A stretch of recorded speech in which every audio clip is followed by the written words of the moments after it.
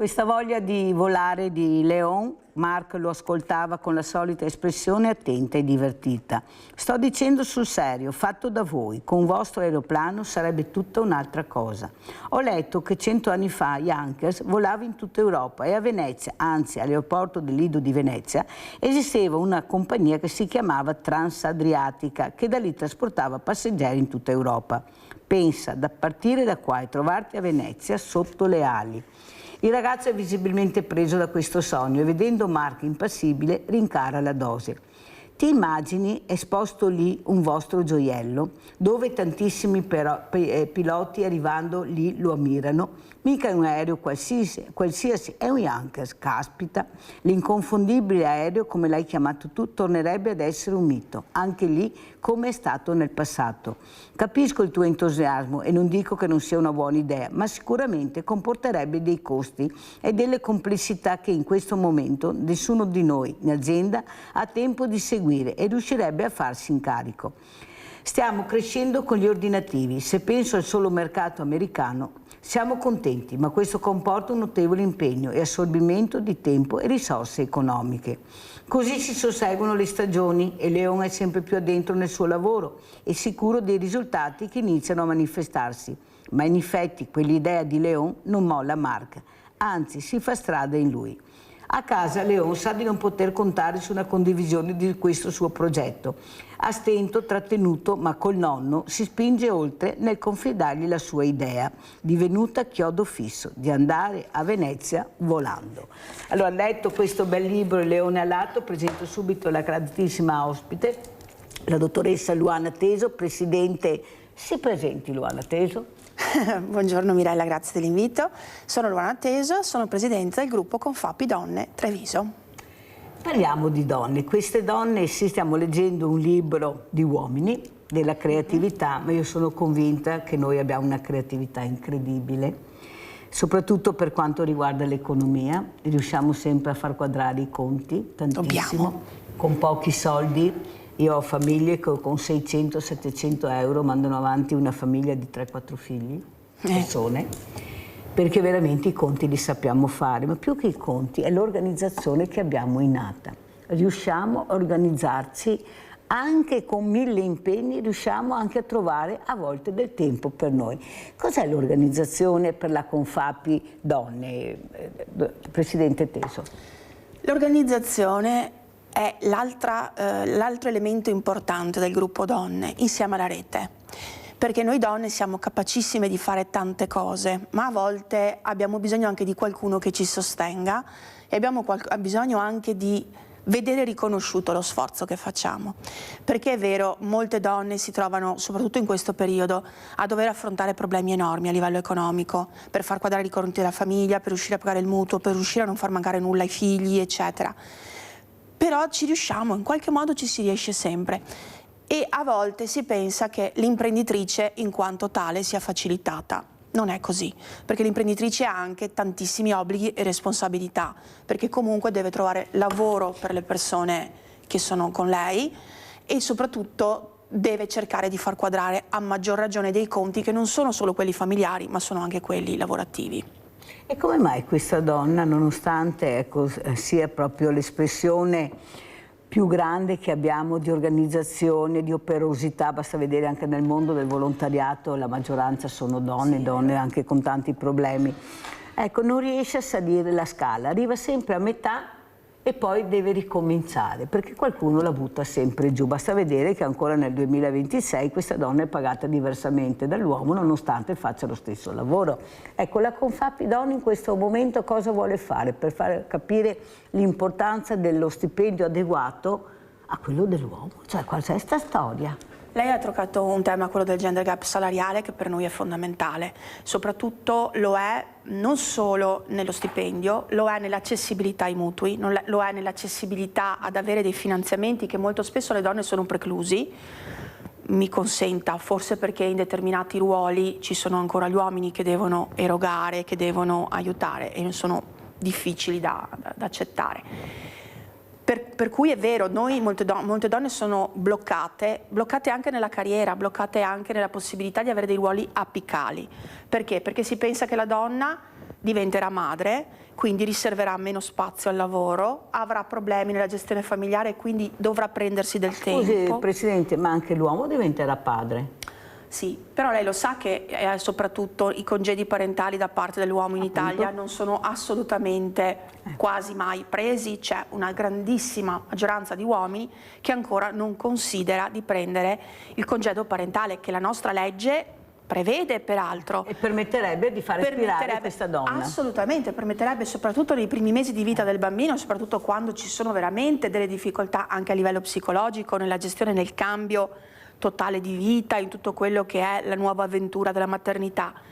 Però in Italia molti uomini non prendono assolutamente, se non i 10 giorni che sono canonici per leggi, ma ci sono tantissime altre possibilità che l'uomo non sfrutta. Ma non le sembra che noi abbiamo tante leggi, il problema è o che non vengono applicate o che uno se ne frega e fa quello che vuole. Non dovrebbe essere un obbligatorio per un uomo, ecco, condividere questa possibilità. Perché tanto sì, c'è la legge, ma chi se ne frega, io faccio quello che voglio e non prendo il congedo parentale. Poi questa donna veramente ha mille problemi e li vediamo specialmente nel seguire questi ragazzi, perché guardate che quando parliamo di questi ragazzi che ne combinano di tutti i colori, il problema è che manca il primo gancio, che è il primo anello della catena, che è la famiglia. Ma come fai tu a lasciare fuori i tuoi figli? Adesso sono finite le scuole, vedrete, 14, 15 anni, 3 di notte, 4 di mattina, andate a vedere perché io li vedo, cioè questa, ma sì, ma non è l'orario che può creare problemi, no, è anche l'orario. Beh, insomma, ecco, sì. cioè guardare proprio, qui i genitori si devono mettere in gioco e per mettersi in gioco devono fare squadra tra loro due e guardare il figlio. Questo cosa è dice? importante, questo è importante, lei ha detto la cosa più giusta. Diciamo che negli ultimi anni manca un po' anche il ruolo educativo in famiglia, ok? Si è passati dalla nostra generazione in cui era tutto un no, tutto non concesso, a una generazione in cui è tutto concesso. E il dialogo con i figli è importante, ma non dobbiamo dimenticare che comunque si rimane sempre genitori e quindi in quanto tali abbiamo un obbligo educativo, non siamo amici, ok? Quindi controllare i figli, avere anche il controllo di quello che loro guardano durante il giorno, se sono a casa con il cellulare, con il computer, eccetera, è un obbligo genitoriale, è una responsabilità genitoriale, non è andare contro, come qualcuno sento dire, la privacy dei figli. Sì, è minore, cioè anche è minore, no, è una tua responsabilità. Esatto. E comunque il controllo educativo è una responsabilità che rientra nel ruolo genitoriale. Però vediamo veramente che questo non succede, tanto è vero che più di qualche adesso amministrazione, sindaci e assessori cercano di lavorare sulla famiglia, perché sennò non ne andiamo fuori. Allora già i soldi sono pochi, però l'altro giorno io leggevo qualcosa che mi è arrivato sul cellulare da un psicologo oltretutto, dice ma questi ragazzi si fanno 4-5 spritz su una giornata. Cioè uno spritz costa minimo 5-6 euro. Ma dove trovano questi soldi? Chi è che gli dà tutti questi soldi? Come fanno? Le famiglie sono in crisi, perché lo vediamo e lo sentiamo. Come fanno ad avere tutti questi soldi in tasca per permettersi di bere 5-6 spritz su una giornata? Perché questo è quello che risulta. Lei cosa dice allora? Cos'è il problema? Il valore del denaro in certe famiglie. Non vedi che tuo figlio, cioè è impossibile non vedere, se una mamma guarda capisce bene se suo figlio beve 5-6 spritz, cioè la maschera, basta toglierla, non è così difficile per una mamma. Diciamo che ci sono due ordini di problemi. Primo, il bere 5-6 spritz in un ragazzino, e già questo è crea dipendenza ed è comunque una problematica importante. Ma anche su un ragazzo importante. di 20 anni, diciamo. Ed è una problematica importante, assolutamente, perché comunque i SERD sono veramente sotto stress da questo punto di vista, perché hanno una chiamiamola clientela paziente sempre più giovane, e questo è fondamentalmente importante. L'altro sì, sicuramente è dove questi ragazzi prendono i soldi. Mi auguro che vengano dalla famiglia, perché l'alternativa sarebbero provenire in modo molto meno lecito e provenire con situazioni che sono ai limiti della legalità, e questo è un altro tema molto importante. Quindi la sorveglianza della famiglia, l'attenzione che la famiglia mette nel controllo dei minori è fondamentale per tutte queste problematiche, per la dipendenza del minore, per i problemi psicologici che l'alcol può creare nel minore e soprattutto anche per la legalità. Allora, sentiamo Rinaldo da Venezia, vai Rinaldo. Ciao Mirella e buongiorno alla tua ospite. Volevo dirti, ti ricordi una volta? Ciao Mirella e buongiorno. Rinaldo, scusa, tutte le mattine che te ripeti. Allora, per cortesia, abbassa la televisione completamente, se anni ormai che te chiami, se no non andiamo avanti e ridici le stesse cose. Abbassa completamente la televisione. Ti dà ragione. Te mi dà sempre ragione, ma ogni mattina è la stessa storia. Perché stavo messo solo un attimo, perché te lo Caro. ti ricordi quando che la famiglia a domenica e al marito col pacchetto delle pastine andava a casa, pagare i familiari, tutti uniti, perché si va i parenti col suo bel pacchetto di pastine. Adesso le lavora tutte, domenica, giorno di lavoro, Natale, San Stefano, li lavora tutti, mi fa tutti i matti, faccia qualcosa. Una donna ciappa 500-600 euro al mese e dopo la parrucchiere, unge, pie, questo e quello rimane. Cosa sei? Sta a casa tua, no? E cura la tua famiglia. Che cambia tutto, Mirella, ma il problema è sempre quello. Una volta il papà non si mangiava più che non gli va il papà. Adesso, a qualsiasi ora io a casa in magna, io ordina, voglio questo, voglio quello, allora che devo andare via, prepari i miei parenti. È sbagliato tutto quanto, no? È che in un altro mondo, siamo su una era vera, perché abbiamo di tutto. Però andare avanti così, insegnargli così, come che ti visiti. E la nero della Caena c'è il primo, e la mamma, il papà, i genitori, i fratelli, i parenti. E ora gli insegna. Una cretinata. Però niente, allora che non avevamo niente. Non vedevamo che fare il figlio più grande, diventasse grande, così sopra il to, o le sue scarpe, mi andava bene a me. Adesso, ti vedi una roba del genere, dice, ma a me viene testa. Adesso si mica le scarpe che mai da 200.000 300 euro e la sua cosa. Ma dove è derivata roba? Le prime scarpe, nelle cose a fare, vendendo i moni sotto le olio di alto, mi sono tolto un pezzo su perga da 1.200 euro ed era come oro. E adesso è tutto cambiato, non c'è più i valori della volta. Una volta staremo male, è meglio adesso, perché non è vero che stiamo male. Ma che insegniamo male? I genitori, non si danno più nessuno. Una volta vedeva solo che Venezia, Mirella, adesso lo vende tutti, ma non spris come una volta, che era acqua lì e un tocchino di limone, alla grande un fiato di bitter, adesso si fa spris con i cuori, con robe, ne beve 4-5, i simbriali, i va via in testa, e tutte le robe che dopo combina, che per questi motivi qua. Ma se lo capiamo noi altri, che non avremo un titolo di studio, sti psicologi, questa gente, cosa insisti di dire la famiglia, i fiori, è quello che gli insegniamo noi altri, i fiori è la nostra immagine, quello che impara a casa. Cara Mirella, ti saluto e ti dirà che non succederà più col telefono.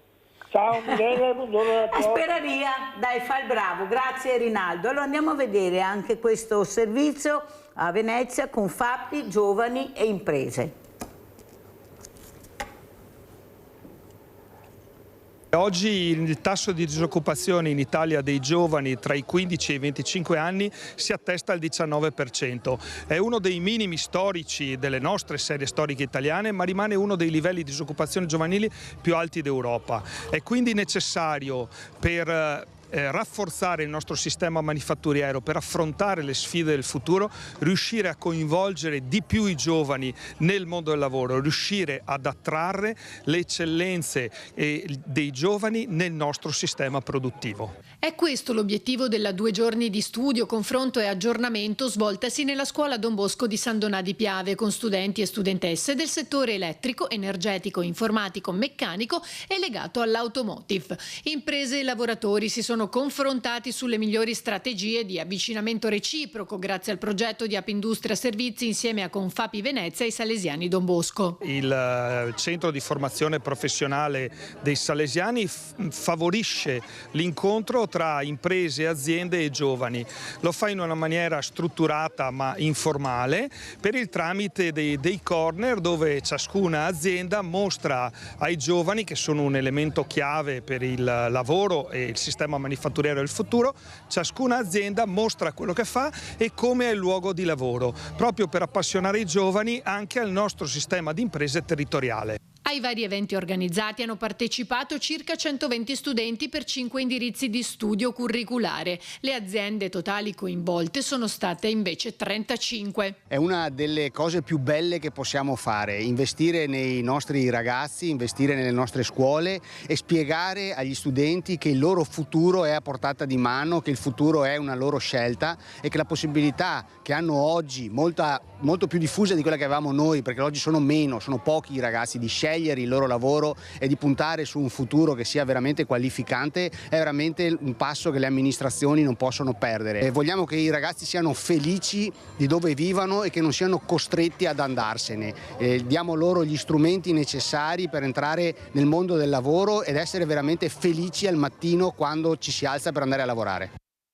Allora, Presidente Teso, quello che è importante capire è che questi ragazzi, li avete visto? Se tu li chiami e li vai a prendere, vengono e anche sono intrigati. Abbiamo visto l'attenzione che mettono su quello che sentono e su quello che vedono. Il problema è proprio fare questo. La scuola fra poco termina. Dove vanno questi ragazzi? Ci sono sì delle scuole, vabbè, terranno aperto 10-20 giorni, ma poi agosto non ne parliamo, questi sono a casa fino a settembre che si annoiano e poi qualcuno, più di qualcuno, poi fa delle cose incredibili proprio dovute alla noia e anche perché dice tanto il problema c'è, tanto cosa possono farmi. Ecco, non è il caso di intrigare di più questi ragazzi anche nelle aziende. So che ci sono dei costi alternativi, però bisogna anche investire su questo, perché sennò come facciamo? Allora, questo che avete visto è un bellissimo progetto, avete visto il nostro presidente di Confapi Venezia Zecchinel, è stato fatto con il comune di San Donà di Piave e alcune aziende, quindi è stato fatto vedere ai ragazzi che cosa si può fare nel lavoro e che cosa qual è l'attività che potrebbero scegliere.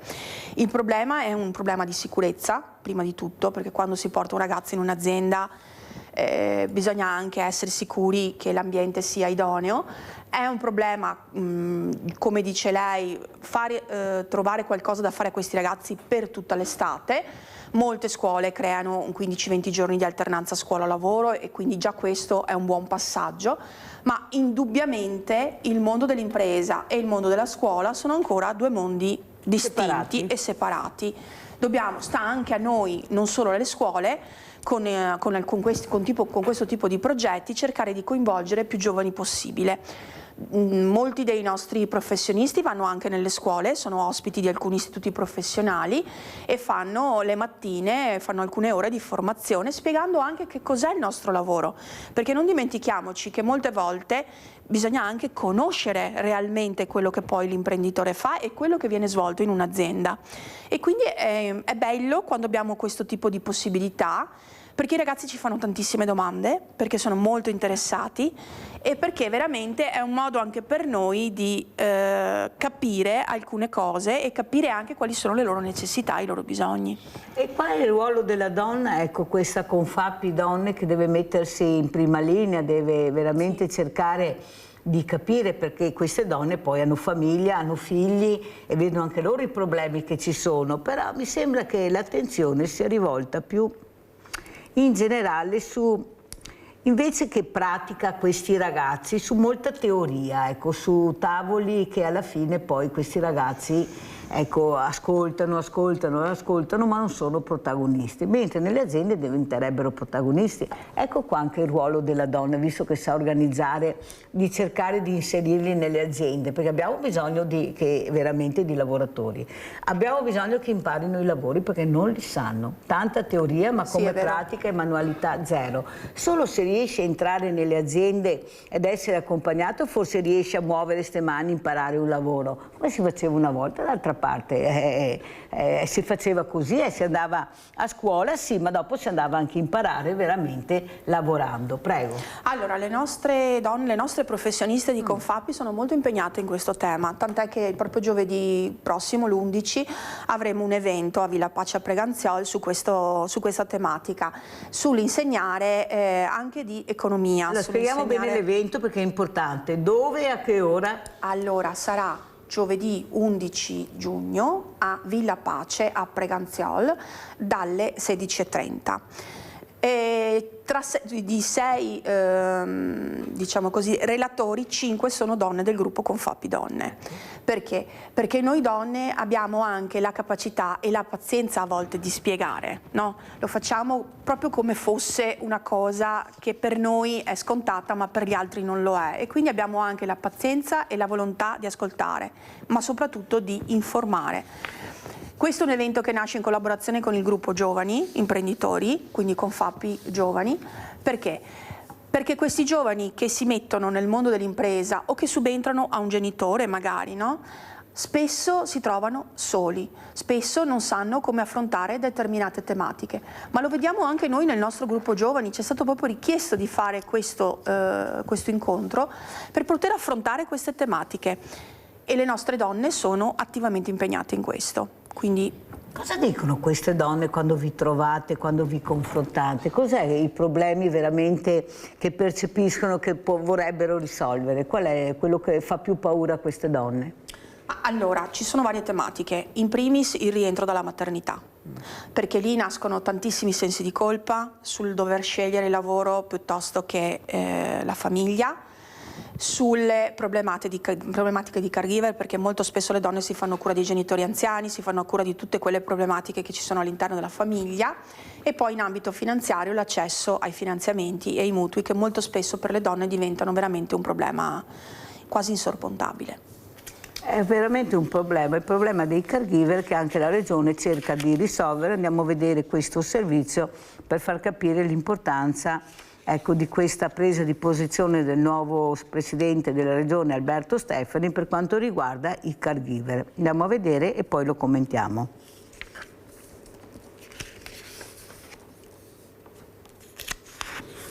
Stefani, caregiver.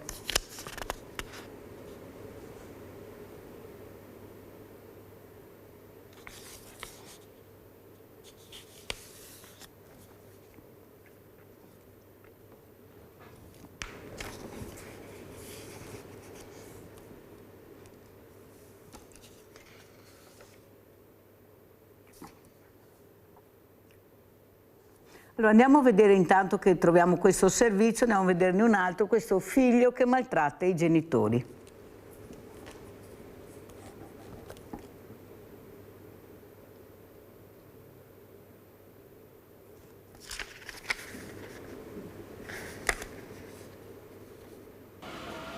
Maltrattamenti in famiglia ai danni dei genitori. Con questa accusa è stato arrestato un giovane di 22 anni che vive a Padova in un condominio del quartiere Guizza. L'intervento è partito dopo la richiesta d'aiuto al 112. Arrivati sul posto, i carabinieri hanno prima incrociato il 22enne che ha raccontato di essere stato aggredito. Diversa la versione fornita dai genitori, che hanno spiegato come il figlio abbia dato in escandescenze, arrivando a minacciarli con 2 coltelli trovati e sequestrati quando gli avevano chiesto conto dei furti di denaro e del cellulare del fratello commessi nei giorni precedenti. Per difendersi, i 2 avevano usato lo spray urticante, tanto che il giovane era fuggito. Da qui l'arresto. Dopo l'udienza di convalida per il 22enne è stata disposta la misura dell'allontanamento dalla casa familiare con l'applicazione del braccialetto elettronico. Ecco, questi genitori che molte volte non riescono a gestire queste situazioni veramente sopra le righe, vuoi capire il perché è successo questo, e qua ecco il ruolo della donna, perché si dice sempre la famiglia, ma io vedo delle volte, basta vedere anche a Belluno cosa è successo, cioè questo era il figlio dell'assessore sociale, perciò penso non una famiglia degradata di sicuro. Colpisce tutte le ecco, non famiglie. sempre riesci a capire il figlio, oppure non hai quella perspicacia di capire che c'è qualcosa che non va in tuo figlio, questa maschera, bravo ragazzo, tutti bravi ragazzi sono, poi alla fine vediamo. Ecco, quel ruolo della donna anche se lavora, ecco, perché non è il tempo, è la qualità del tempo, io sono convinta. Assolutamente. Non è quanto tempo, poco tempo, è la qualità del tempo che tu dedichi a questo ragazzo. Avete sentito che fino a 20 anni il cervello è in crescita, prego. Allora, io non credo che, non vorrei passasse il messaggio che sono i figli delle donne lavoratrici quelli che hanno dei problemi o che creano dei disagi o che delinquono.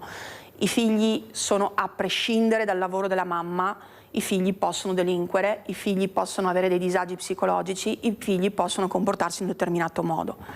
Come dice lei, è un discorso di qualità e di attenzione. Io credo che negli ultimi anni ci sia troppa protezione nei confronti dei minori e che i genitori molto spesso non vedano il minore per quello che è, ma semplicemente come un piccolo dio da proteggere, da far crescere ed anche da alimentare tutto quelle che sono le sue volontà. Questi bambini non sono più abituati ai no, non sono più abituati alle frustrazioni, hanno tutto e molte volte anche per noia vanno contro quello che potrebbe essere illecito.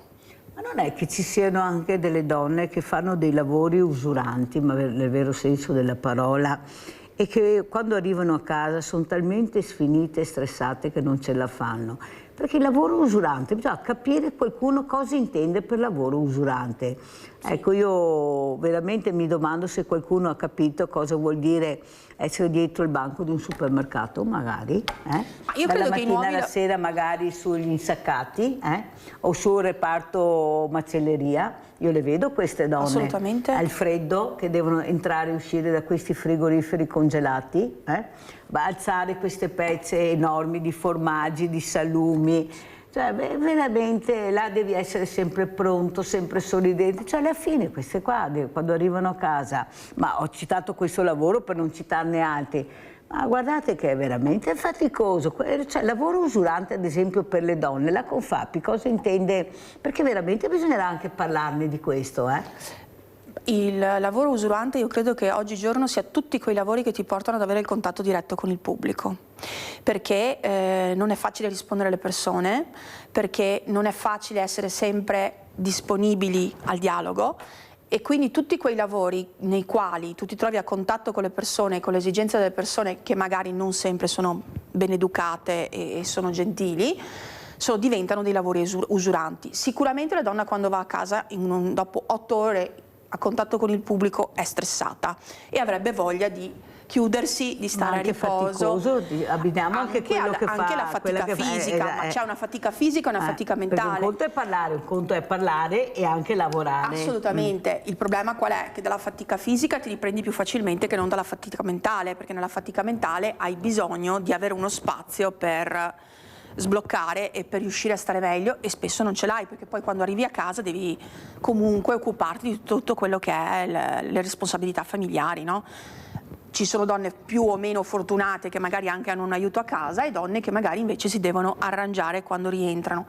Ciò non toglie che comunque lo spazio per i figli, almeno qualitativamente, ci deve essere. Sì, ma voi come Confapi, ad esempio donne, ecco, avete mai pensato di iniziare anche a parlare di lavoro usurante, proprio assolutamente faticoso? Sì, ne parliamo di lavoro. Ecco, cosa vorreste proporre?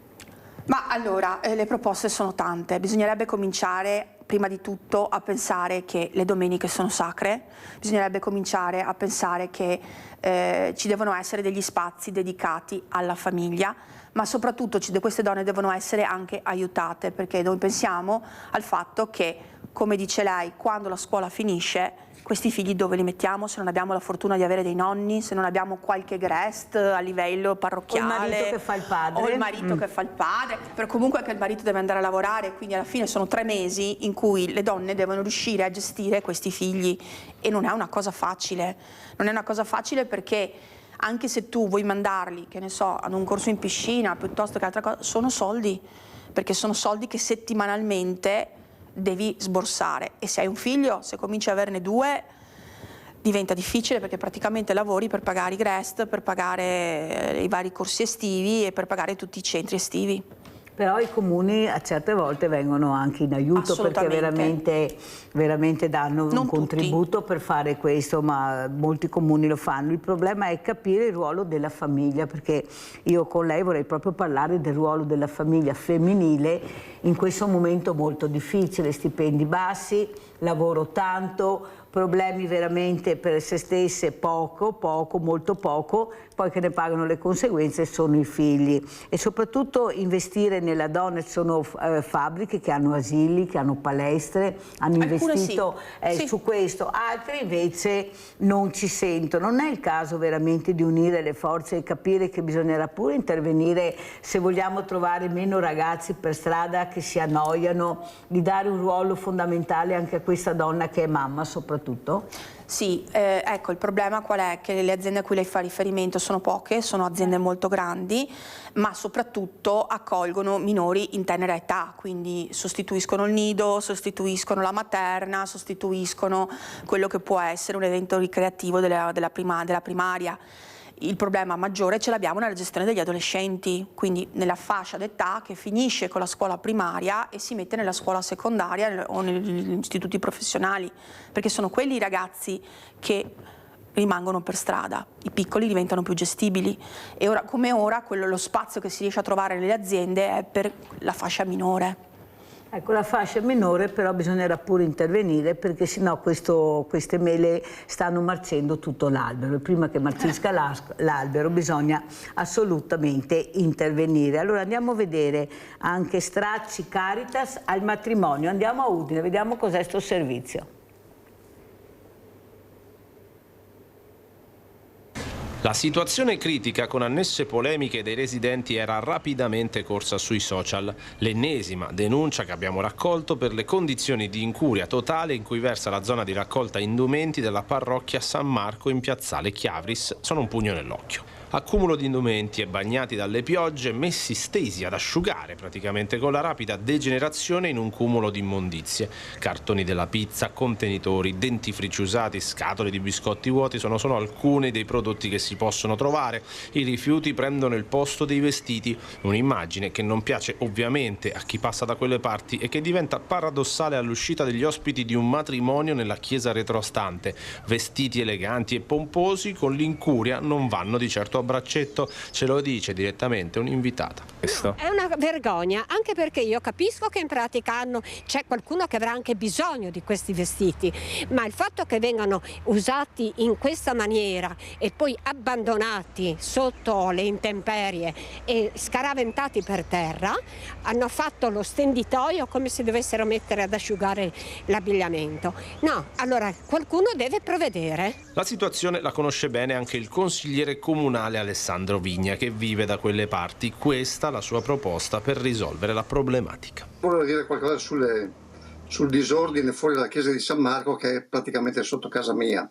È una cosa che io, questa dei vestiti, avevo già segnalato i giorni scorsi al consigliere Giacomello, all'assessore Giacomello, in modo tale che provasse a muoversi attraverso la Caritas, perché quei cassonetti sono della Caritas. Molti arrivano e, come abbiamo visto, usano più che come un posto per recuperare dei vestiti, usano il sito per lasciare, abbiamo visto i dentifrici, le cose, cioè come fosse una discarica, e questo non va bene. No, quindi spero che l'assessore Giacomello riesca a trovare una soluzione con la Caritas, che passino magari più frequentemente, questa potrebbe essere una soluzione, no? In modo tale che si possa risolvere questa problematica qua. Allora, perché ho fatto vedere questo servizio? Per far capire anche il ruolo fondamentale che hanno le donne in questo. Allora, noi abbiamo famiglie numerose, noi abbiamo anche associazioni che hanno nuove, proprio di famiglie numerose, abbiamo gli immigrati, abbiamo di tutto e di più e non riusciamo a gestire questa quantità di merce che nessuno più vuole. Io al banco sono sommersa di ma non la butto. Ecco, con i volontari cerchiamo di dividerla tutte le settimane e aprirò questo banco e questo mercatino dell'usato gratuito.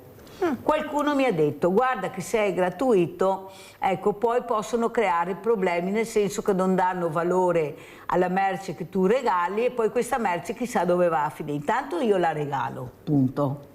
Dopo dove va a finire non è un problema mio. Io so che aprirò questo mercatino perché buttare via, guardate, delle cose bellissime, quasi nuove, vedere ragazzi, avete visto in che condizioni che dormono, come dormono, dove dormono e mi chiedono i vestiti e nessuno, per non fare rete, vuole unire le forze e dare la possibilità di dare anche a loro questi abiti usati ma nuovi, scarpe. Io lo trovo indegno da parte di associazioni che potrebbero fare squadra.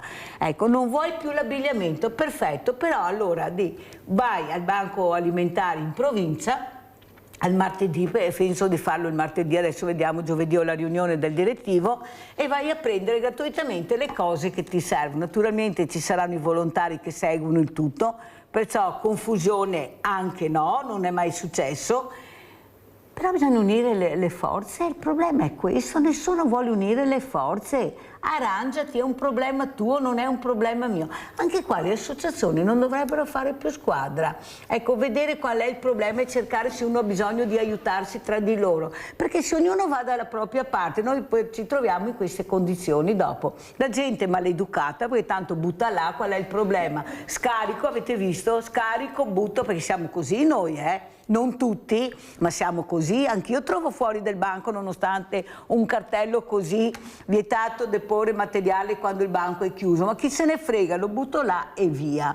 Ecco, per fortuna che anche è roba bella, però non funziona così, lo dico a quelli che fanno ancora queste cose, specialmente il sabato e la domenica. La provincia è chiusa, ma vuol dire che qualcuno entra o a piedi o in bicicletta o con qualcosa e lascia giù. Per cortesia, quando il banco è chiuso non lasciate, perché se piove e fa brutto tempo poi succede il disastro che devi buttare via tutto quanto. Cosa dice? Ecco, non è che abbiamo anche una cultura, perché sì, la colpa è, però la colpa è un po' di tutti, perché tutti siamo un po' coinvolti in questo, ecco, no, giustamente stanno diventando discariche. Il mio banco alimentare non è una discarica.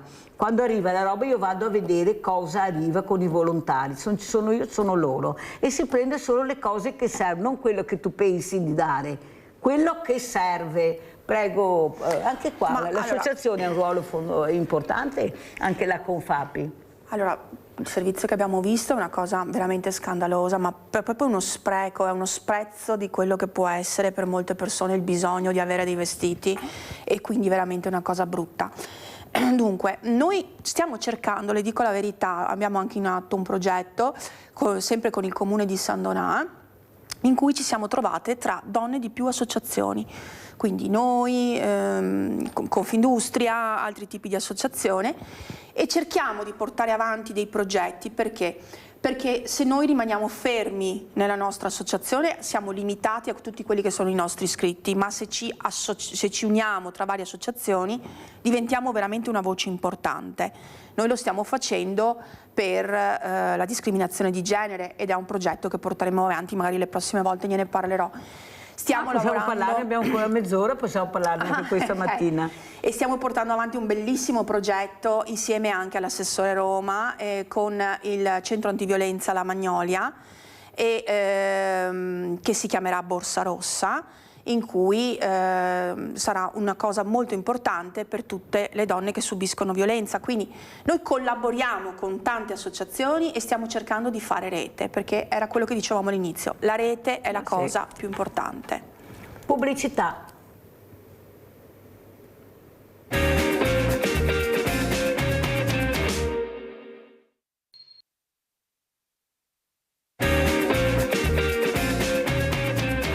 Storica Palazzo Ferrofini, sede del Consiglio regionale del Veneto, dove maggioranza e opposizione hanno dato il via libera alla proposta di legge regionale numero 10 dedicata ai caregiver familiari, ovvero a chi ogni giorno si prende cura di persone fragili, anziani o disabili. Il provvedimento, dal valore di poco più di €1 milione, ha il titolo Disposizioni per il riconoscimento, la valorizzazione e il sostegno del caregiver familiare. La firma quella del presidente della Regione del Veneto, Alberto Stefani. Cosa fa questo testo di legge? Permette soprattutto a queste persone di avere la certificazione del proprio percorso di cura e quindi poterlo spendere anche nel mondo del lavoro, la garanzia che queste figure siano integrate all'interno dei servizi sociali degli enti locali e quindi far sì che il piano di assistenza individuale sia gestito anche insieme al caregiver. Accanto a lui nella firma bipartisan anche i capogruppo di Lega e PD Riccardo Barbisan e Giovanni Manildo. Non a caso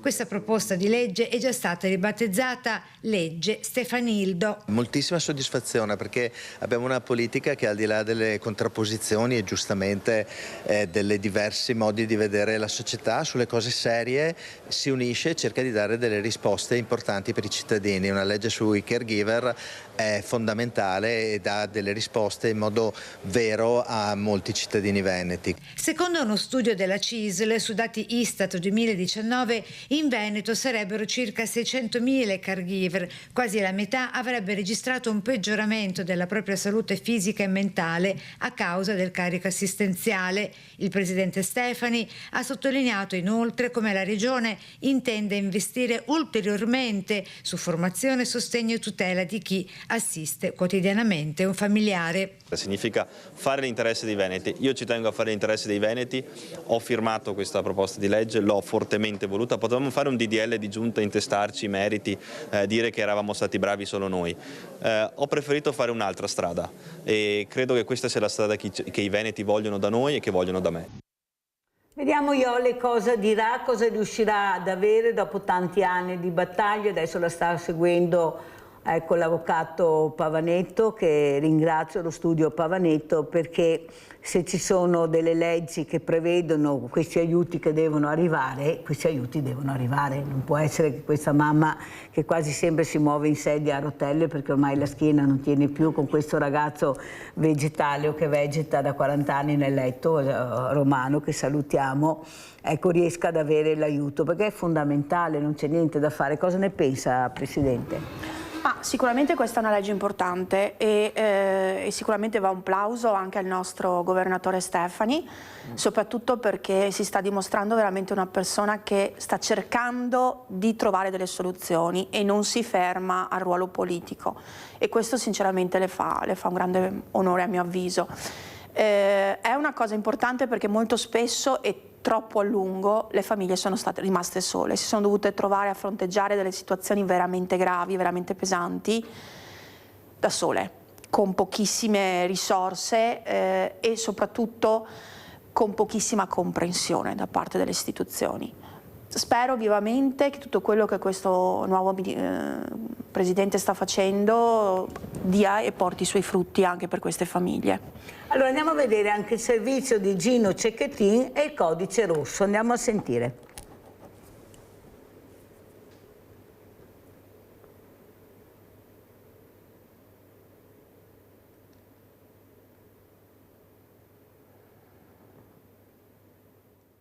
Ogni settimana arrivano almeno un 60-70 procedimenti per codice rosso, una quindicina al giorno di media più o meno, e quindi sono moltissimi. A lanciare l'allarme la sostituta procuratrice di Venezia Valeria Moroni, da anni impegnata sul fronte della violenza di genere.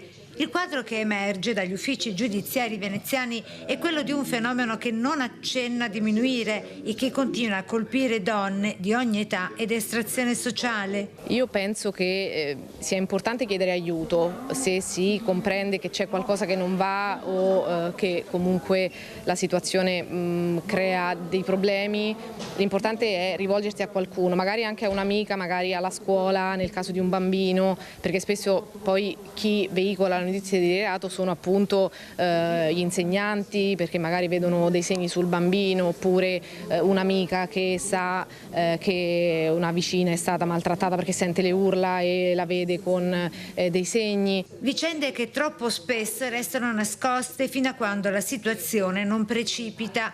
Così anche Gino Cecchettin, a 3 anni dal femminicidio della figlia Giulia, racconta un dolore che resta presente ogni giorno, ma che ha deciso deciso di metterlo al servizio degli altri e che si traduce nel lavoro della Fondazione Giulia Cecchettin, impegnata nella prevenzione della violenza di genere attraverso l'educazione e la sensibilizzazione. L'opera della Fondazione la stiamo portando avanti, sempre nel nome di Giulia, sempre cercando di far capire come quel dolore che è residente in noi possa promuovere qualcosa di positivo, e il confronto che si è acceso oggi con dibattiti costruttivi parlando di violenza di genere lo facciamo per gli altri. Migliaia i ragazzi e le ragazze, specie adolescenti, da lui incontrati finora, a colpirlo le loro domande per costruire relazioni sane e contrastare la cultura del possesso e del controllo, dice. Molto attente alle questioni delle relazioni che hanno tra pari,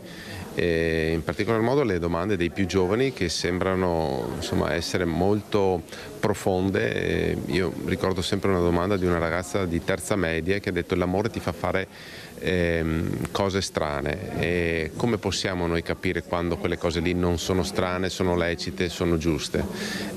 Dobbiamo dare delle risposte a questi ragazzi. Al centro del suo messaggio c'è una parola semplice ma fondamentale: rispetto. Quando allarghiamo il concetto della parola rispetto un po' al genere umano, penso che la risposta sia quasi ovvia.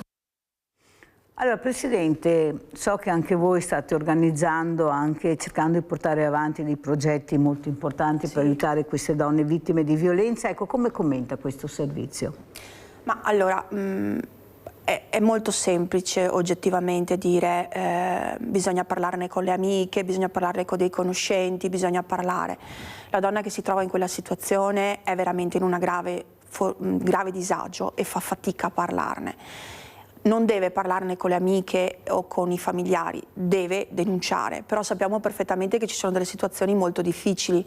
Ci sono donne che vivono a casa, non lavorano e quindi sono totalmente dipendenti da quello che è lo stipendio del marito, hanno paura le vengano tolti i figli, le venga tolta la casa e di conseguenza molto spesso preferiscono accettare o subire piuttosto che denunciare, e già questa è una cosa veramente molto brutta.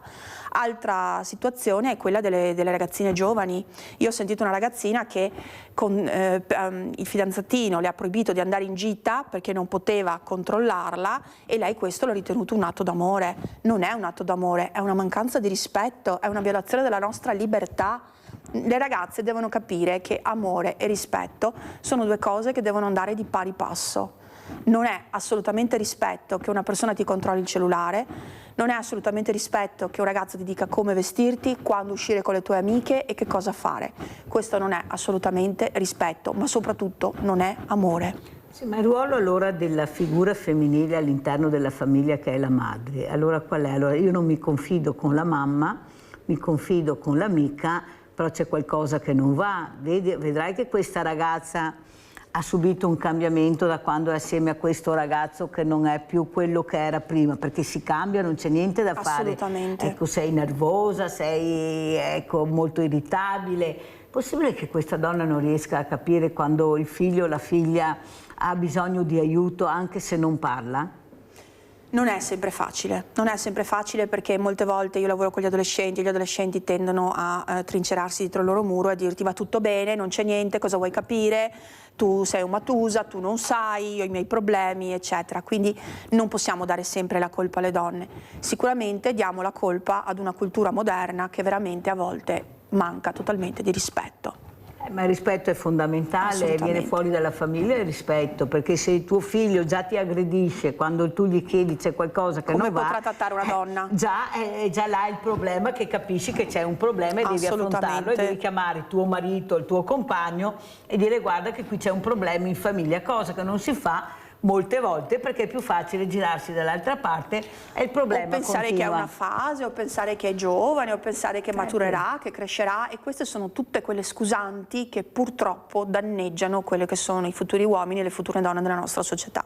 Lei, Presidente, ha detto che si occupa di ragazzi, ecco. Cosa dicono questi ragazzi, ecco, questi adolescenti, quando voi parlate? Qual è il dialogo che avete? Io li ho qua e sono dei bravissimi ragazzi, anche che parlano tanto, che esprimono anche i loro progetti. Cioè, cos'è sta storia allora? Qual è l'ascolto che bisogna fare, il dialogo che bisogna cercare di avere con questi adolescenti? Guardi, io come psicoterapeuta le dico una cosa. Molto spesso quando un genitore viene da me e mi chiede di vedere il figlio, 2 volte su 3, se adolescente, mi dice però sa, probabilmente farà scena muta, probabilmente non le dirà niente, probabilmente anche lei dirà sì, no e basta. Poi io mi ritrovo con degli adolescenti che per un'ora mi riversano talmente tutto che veramente faccio fatica a contenerli. Perché? Perché a volte un ascolto non giudicante, un ascolto anche professionale indubbiamente, ma soprattutto un ascolto non giudicante rende questi ragazzi capaci di aprirsi. Perciò vuol dire che hanno bisogno di parlare, il problema è che loro capiscono se tu li stai ascoltando. O li stai giudicando, o li critichi, o comunque stai cercando di fare l'adulto saccente. Allora andiamo a vedere anche questo servizio, visto che parliamo sempre di incontri con il pubblico, andiamo a vedere questo incontro pubblico a San Felice, andiamo a Vicenza e poi commentiamo.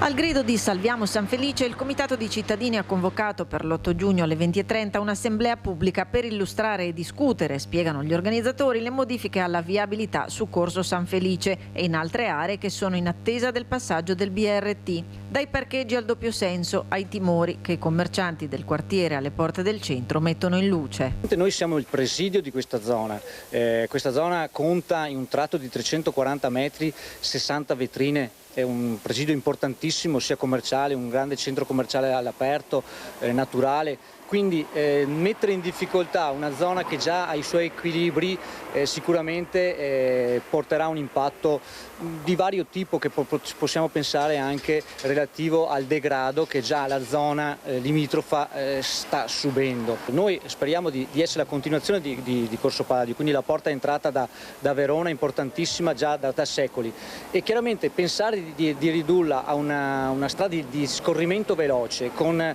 centinaia di bus attualmente ancora a diesel.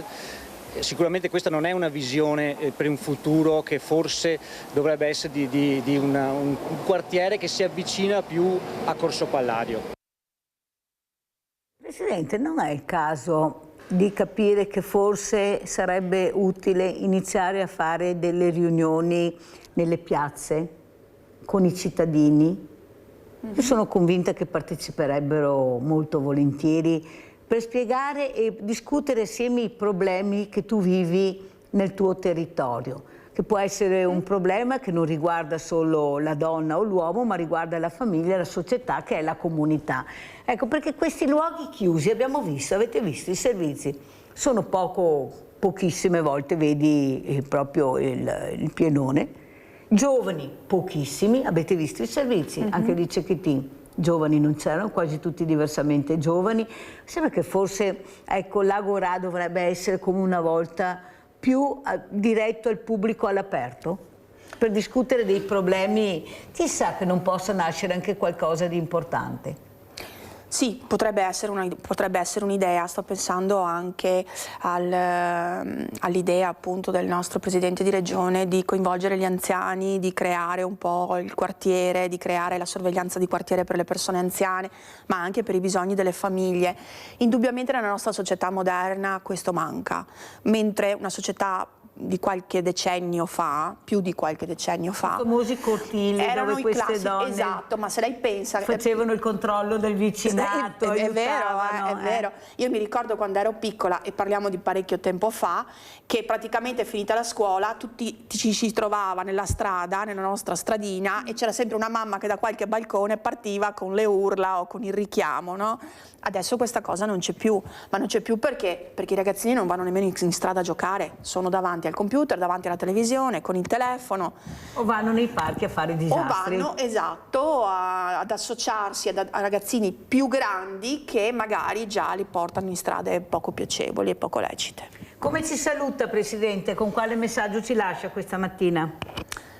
Allora, io vi lascio con intanto l'invito al nostro evento di giovedì 11, perché sicuramente sarà una cosa importante, e io ritengo che non si può dire che questi eventi non ci interessino, perché ogni evento diventa un motivo di imparare qualche cosa e di avere informazioni in più.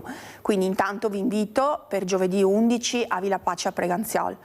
E poi spero in futuro di venire a portarle delle grandi novità a cui stiamo lavorando come Che al momento non può dire. No, non posso, però io so già qualcosa e penso che secondo siano me cose sono utili. cose importanti di cui vi renderemo partecipi. Grazie alla dottoressa Luana Teso, Grazie soprattutto a lei. presidente Confapi Donne Venezia, che è importantissimo questa figura femminile. Grazie di essere stata con noi. Pubblicità. Grazie.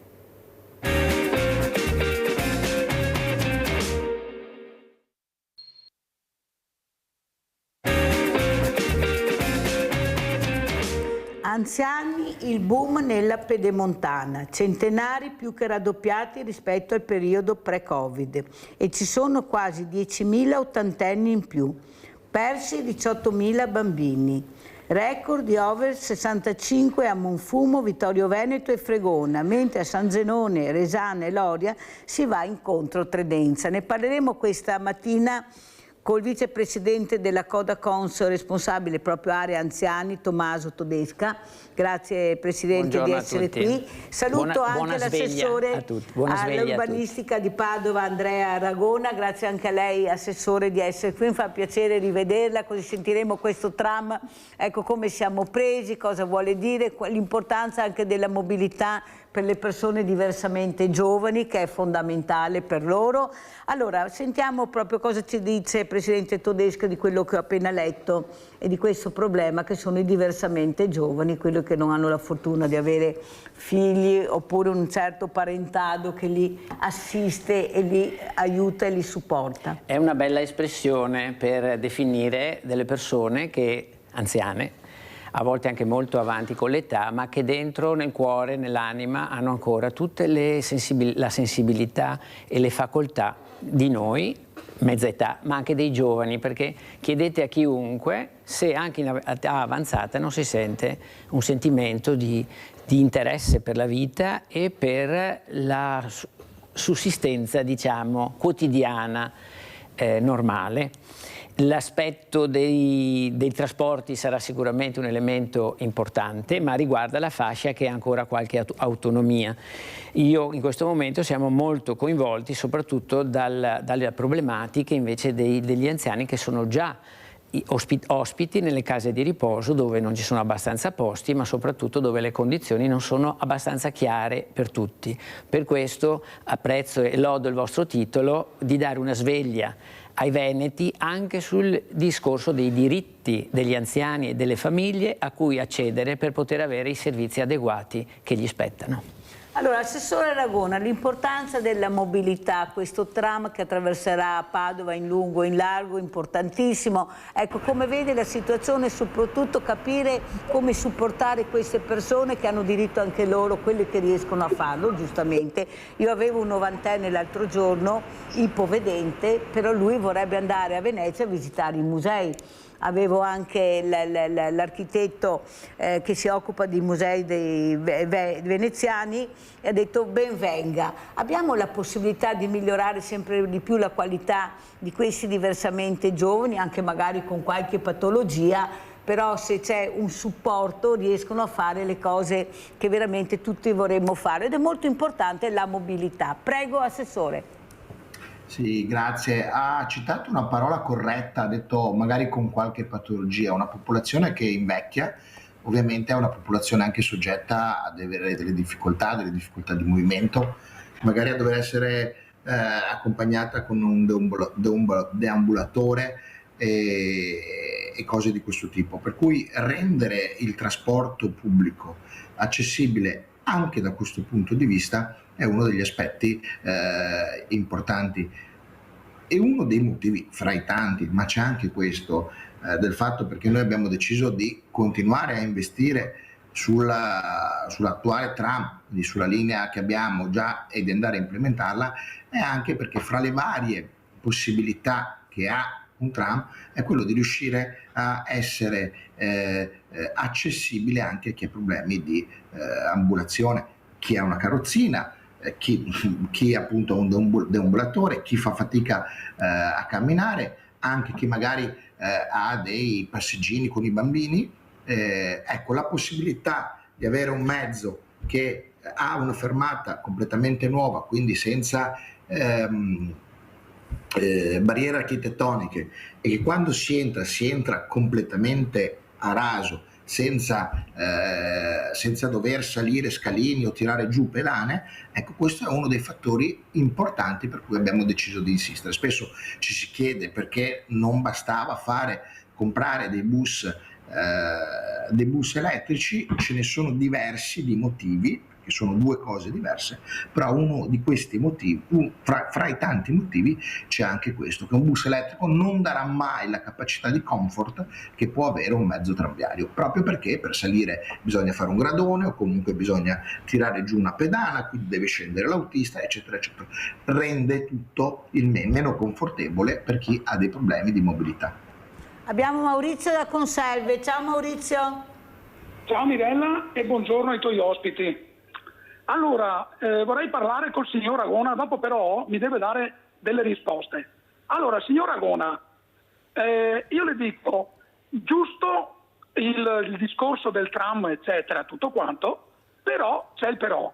Ecco, facendo quei lavori là, avete danneggiato il traffico che naturalmente passa per Padova. Non si può più passare, perché ci sono quasi tutte zone ZTL, perché avete fatto delle deviazioni incredibili con questo tram. Allora, invece di investire là sul tram per fare le altre corsie del tram, perché non potevate investirli sulla sicurezza all'interno dei tram e dei bus, che ci sono ladri e di tutto e di più, che non pagano il biglietto per entrare? Mi dia una risposta. Grazie, buongiorno.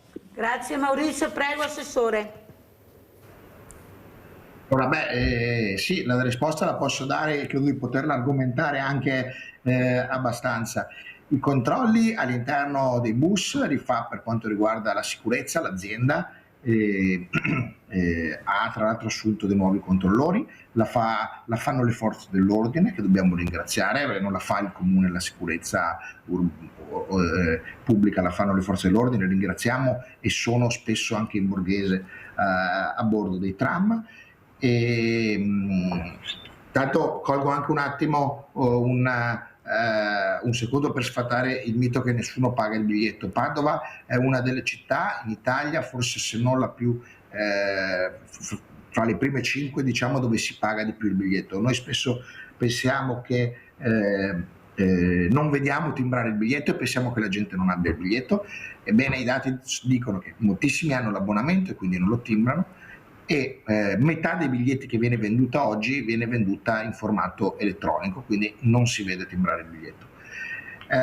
Detto questo, se potevamo usare questi soldi per fare sicurezza a bordo, la risposta è no. Questi sono stati soldi che sono stati dati dall'Unione Europea, che li ha dati al governo italiano, che li ha dati alla città di Padova per implementare nuove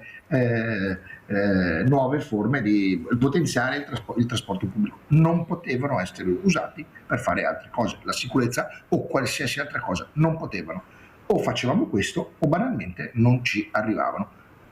E colgo qui per dire un'altra occasione: siccome abbiamo voluto fare dei lavori, è ovvio che, come quando ristrutturiamo casa, il giudizio non lo possiamo dare a cantiere in corso, lo dobbiamo dare alla fine, quando rifaremo i marciapiedi, quando avremo finito di rifare le strade e rifaremo l'asfalto, come del resto già si vede in alcune parti della città, e soprattutto abbiamo cambiato chilometri di sottoservizi, in particolare di acqua e gas, che è una città sotterranea che ci fa provare appunto il gas in casa e ci porta l'acqua in casa. Erano tubi molto vecchi, di decine e decine di anni fa, con perdite, e abbiamo ricostruito anche questa città sotterranea, cosa che senza questi fondi non sarebbe mai stata fatta. Senta Assessore, qualcuno però avviene un dubbio. Noi abbiamo fatto la pedemontana sotterranea, a Napoli c'è la metropolitana sottoterra, noi facciamo tutto in superficie.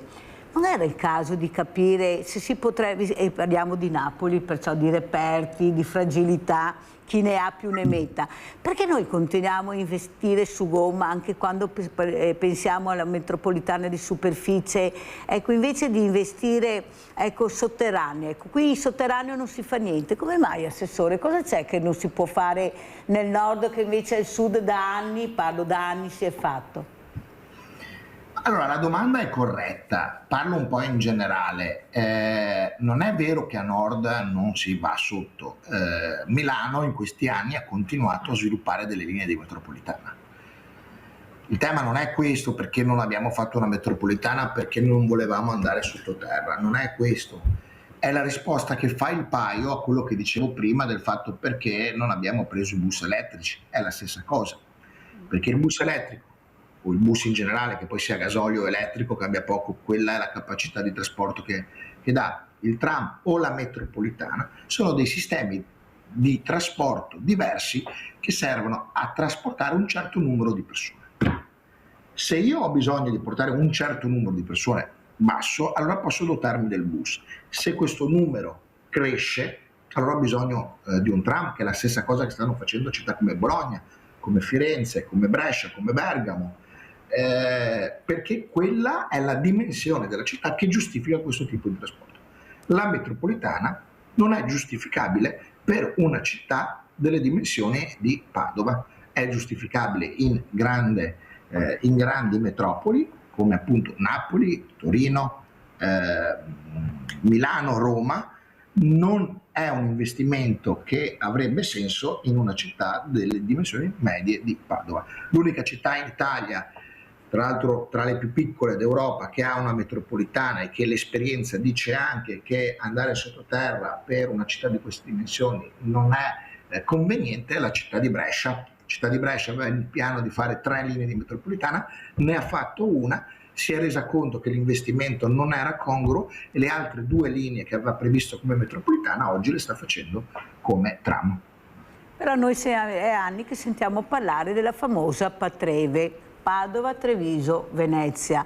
Ecco, anche qua non sarebbe stato il caso di unire le forze, visto che guardiamo adesso anche al nucleare. Io ho avuto un esperto che ha detto che il nucleare non si farà mai, non so, l'ha detto lui da Genova, uno dei più grandi esperti di nucleare, però qui si parla già di nucleare, sembra la cosa già fatta, poi vedremo chi avrà ragione, se avrà ragione questo esperto, se avranno ragione questi politici che parlano di nucleare, non so neanche se riescono a capire l'importanza di quello che dicono la parola nucleare, però va bene tutto, noi ascoltiamo tutte. Ecco, non sarebbe il caso, anche quando ci sono questi investimenti così importanti, Assessore dico io, e sono soldi veramente importanti che vengono impiegati, sentire anche l'opinione pubblica, perché sai, il politico è di passaggio, ma poi se la cosa non va a buon fine, i danni li pagano i cittadini, i problemi. Cosa ne pensa? Ecco, di fare, ecco, quando sono impiegati tanti soldi, cosa costa ad esempio, ecco, questo tram, Assessore, perché non l'abbiamo ancora capito, alla fine cosa costerà?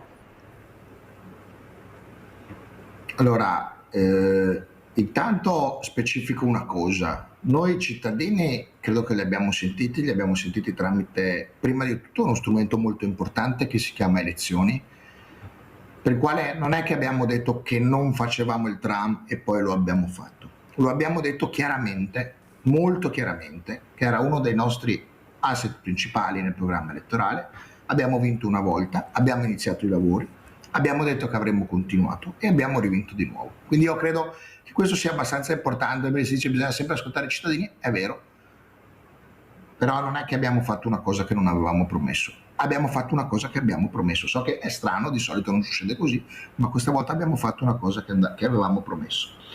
La seconda cosa è che con la linea SIR 2, la est-ovest, abbiamo avviato anche un percorso che abbiamo chiamato dibattito pubblico, che è un tipo di percorso certificato, normato, ecco, insomma, dal Ministero. È una delle poche città, se non l'unica città, che ha avviato questo percorso di confronto. dove abbiamo ricevuto delle opinioni, collaborazioni, suggerimenti da parte della cittadinanza, dei commercianti, per cercare di andare a sistemare l'opera laddove ci potevano essere delle criticità. Non lo ha fatto nessuno. Abbiamo continuamente, oltre a questo percorso istituzionalizzato, continuato a fare delle serate pubbliche di presentazione per ricevere suggerimenti, e quindi io credo che dal nostro punto di vista lo abbiamo fatto, ripeto, spesso non siamo abituati a chi rispetta le promesse, ma era nel nostro programma e lo abbiamo fatto. Il costo, tra l'altro, questa è una grande occasione, perché è un'occasione che arriva da finanziamenti europei, okay? Quindi anche altri, soprattutto soldi dell'Unione Europea che arrivano da altri paesi, quindi non solo dall'Italia, e credo che fosse un'occasione. Quanto costa? I finanziamenti ricevuti sono nell'ordine dei 500 milioni, che non avremmo potuto usare peraltro, erano dedicati a questa linea di finanziamento. No, non è possibile, non si poteva fare altro. Abbiamo ricevuto altri fondi per fare altro, per comprare bus elettrici, per realizzare parchi, per fare ciclabili. L'università ha ricevuto soldi per fare altro, la regione ha fatto, ha ricevuto dei soldi. 500 milioni solo per fare queste opere, secondo voi, molto importanti, che è il tram, giusto? Sì, attenzione, come dicevo prima, abbiamo colto l'occasione di rifare completamente la città dei sottoservizi, soprattutto acqua e gas, cose che non avremmo mai fatto. La ringrazio perché è la prima volta che sentiamo tanta trasparenza e chiarezza, vero Presidente? Fa anche piacere. Sentiamo Paola da Padova, vai Paola. Sì, ciao Mirella, buongiorno ai tuoi ospiti. Allora, al signore, non signor Agona, l'altro che mi sta sfuggendo il cognome e mi scuso, volevo ringraziarlo perché si parla così poco delle persone. Todesca, si chiama Tommaso Todesca, Paola. Buongiorno. Grazie, l'avevo nella punta della lingua, ma a volte la fretta ti fa dimenticare. Signor Todesca, grazie, buongiorno e grazie ancora per parlare di persone anziane, perché purtroppo siamo quelli che abbiamo ovviamente costruito, in questo caso l'Italia o il Veneto, e non solo, non abbiamo niente, meno di niente, quindi grazie mille. Al signor Agona, lei con la sua giunta ha distrutto Padova. Sotto l'aspetto commerciale, io se vuole le faccio venire lì nel suo assessorato persone che hanno dovuto vendere la casa e sono in affitto a 850 euro al mese, ma non a Padova, a Casalserugo, per pagare i debiti della propria attività, perché non riescono a venderle e non le vuole più nessuno, che è economicamente distrutta. Quanti migliaia di alberi avete tagliato per questo tram? Mi dica quanti. Solo sotto il ponte di Chiesa Nuova 40 bigolari centenari, e adesso che cosa abbiamo? Un muro di cemento alto 10 metri. Prima del ponte cosa avete fatto a proposito dell'ecologia? Un bunker di cemento e dopo il ponte un altro bunker di cemento. Era tutto pieno di tigli da Corso Milano fino a Rubano. Non ce n'è più uno, soprattutto sulla parte destra, migliaia di alberi, perché è vero che la mobilità è importante, ma la prima cosa importante è respirare, perché se non respiri non vivi, quindi tutto il resto diventa di meno importanza. Poi per il fatto che il tram è comodo, indubbiamente sarà comodo, ma a quali costi? Ormai tutta la Padova Ovest sembra zona industriale, non c'è più verde, e tutta la gente che abita nelle varie diramazioni a 1 chilometro, 1,5 chilometri dal tram, cosa facciamo noi anziani? Ci facciamo d'inverno, d'estate con la pioggia 1,5 chilometri a piedi per raggiungere il tram, perché non è che passa in tutte le vie. Faccio per dire via Cave, via Sorio, eccetera, eccetera, che lei naturalmente avrà in mente. Faccio per dire solo Padova Ovest. Cosa facciamo? Basta così, Padova. Cosa facciamo? E mi fermo qua perché è meglio. Grazie a Paola, lo diciamo col presidente veramente Todesca, perché il primo a essere stato interpellato è lei per rispondere a questi diversamente giovani, come li chiamo io. Vi ringrazio e prenderei spunto proprio da questa cosa che per noi tocca marginalmente, ma sulla viabilità posso comunque portare una testimonianza personale, perché io abito in un borgo periferico di Mestre, dove avevamo una linea pubblica che però era poco frequentata. È stato introdotto un sistema di chiamata, un servizio pubblico con pulmini adeguati, pullman un po' più piccoli, che funziona molto bene. Ogni giorno vedo i vicini che lo prenotano e vanno a prenderlo. Quindi anche il discorso della distanza, non so, è un suggerimento per la città di Padova, ma qua stiamo poi parlando di esempi che riguardano tutto il Veneto, ma è interessante sfruttare le formule che funzionano. Ecco, per i posti più isolati o più trascurati ci sono soluzioni, vanno mirate per ogni situazione. Per quanto riguarda l'accenno che ha fatto Paola all'inizio, occuparsi degli anziani è una cosa di cui si parla molto, ma si fa poco di fatto, perché è una cosa che va affrontata a livello strutturale.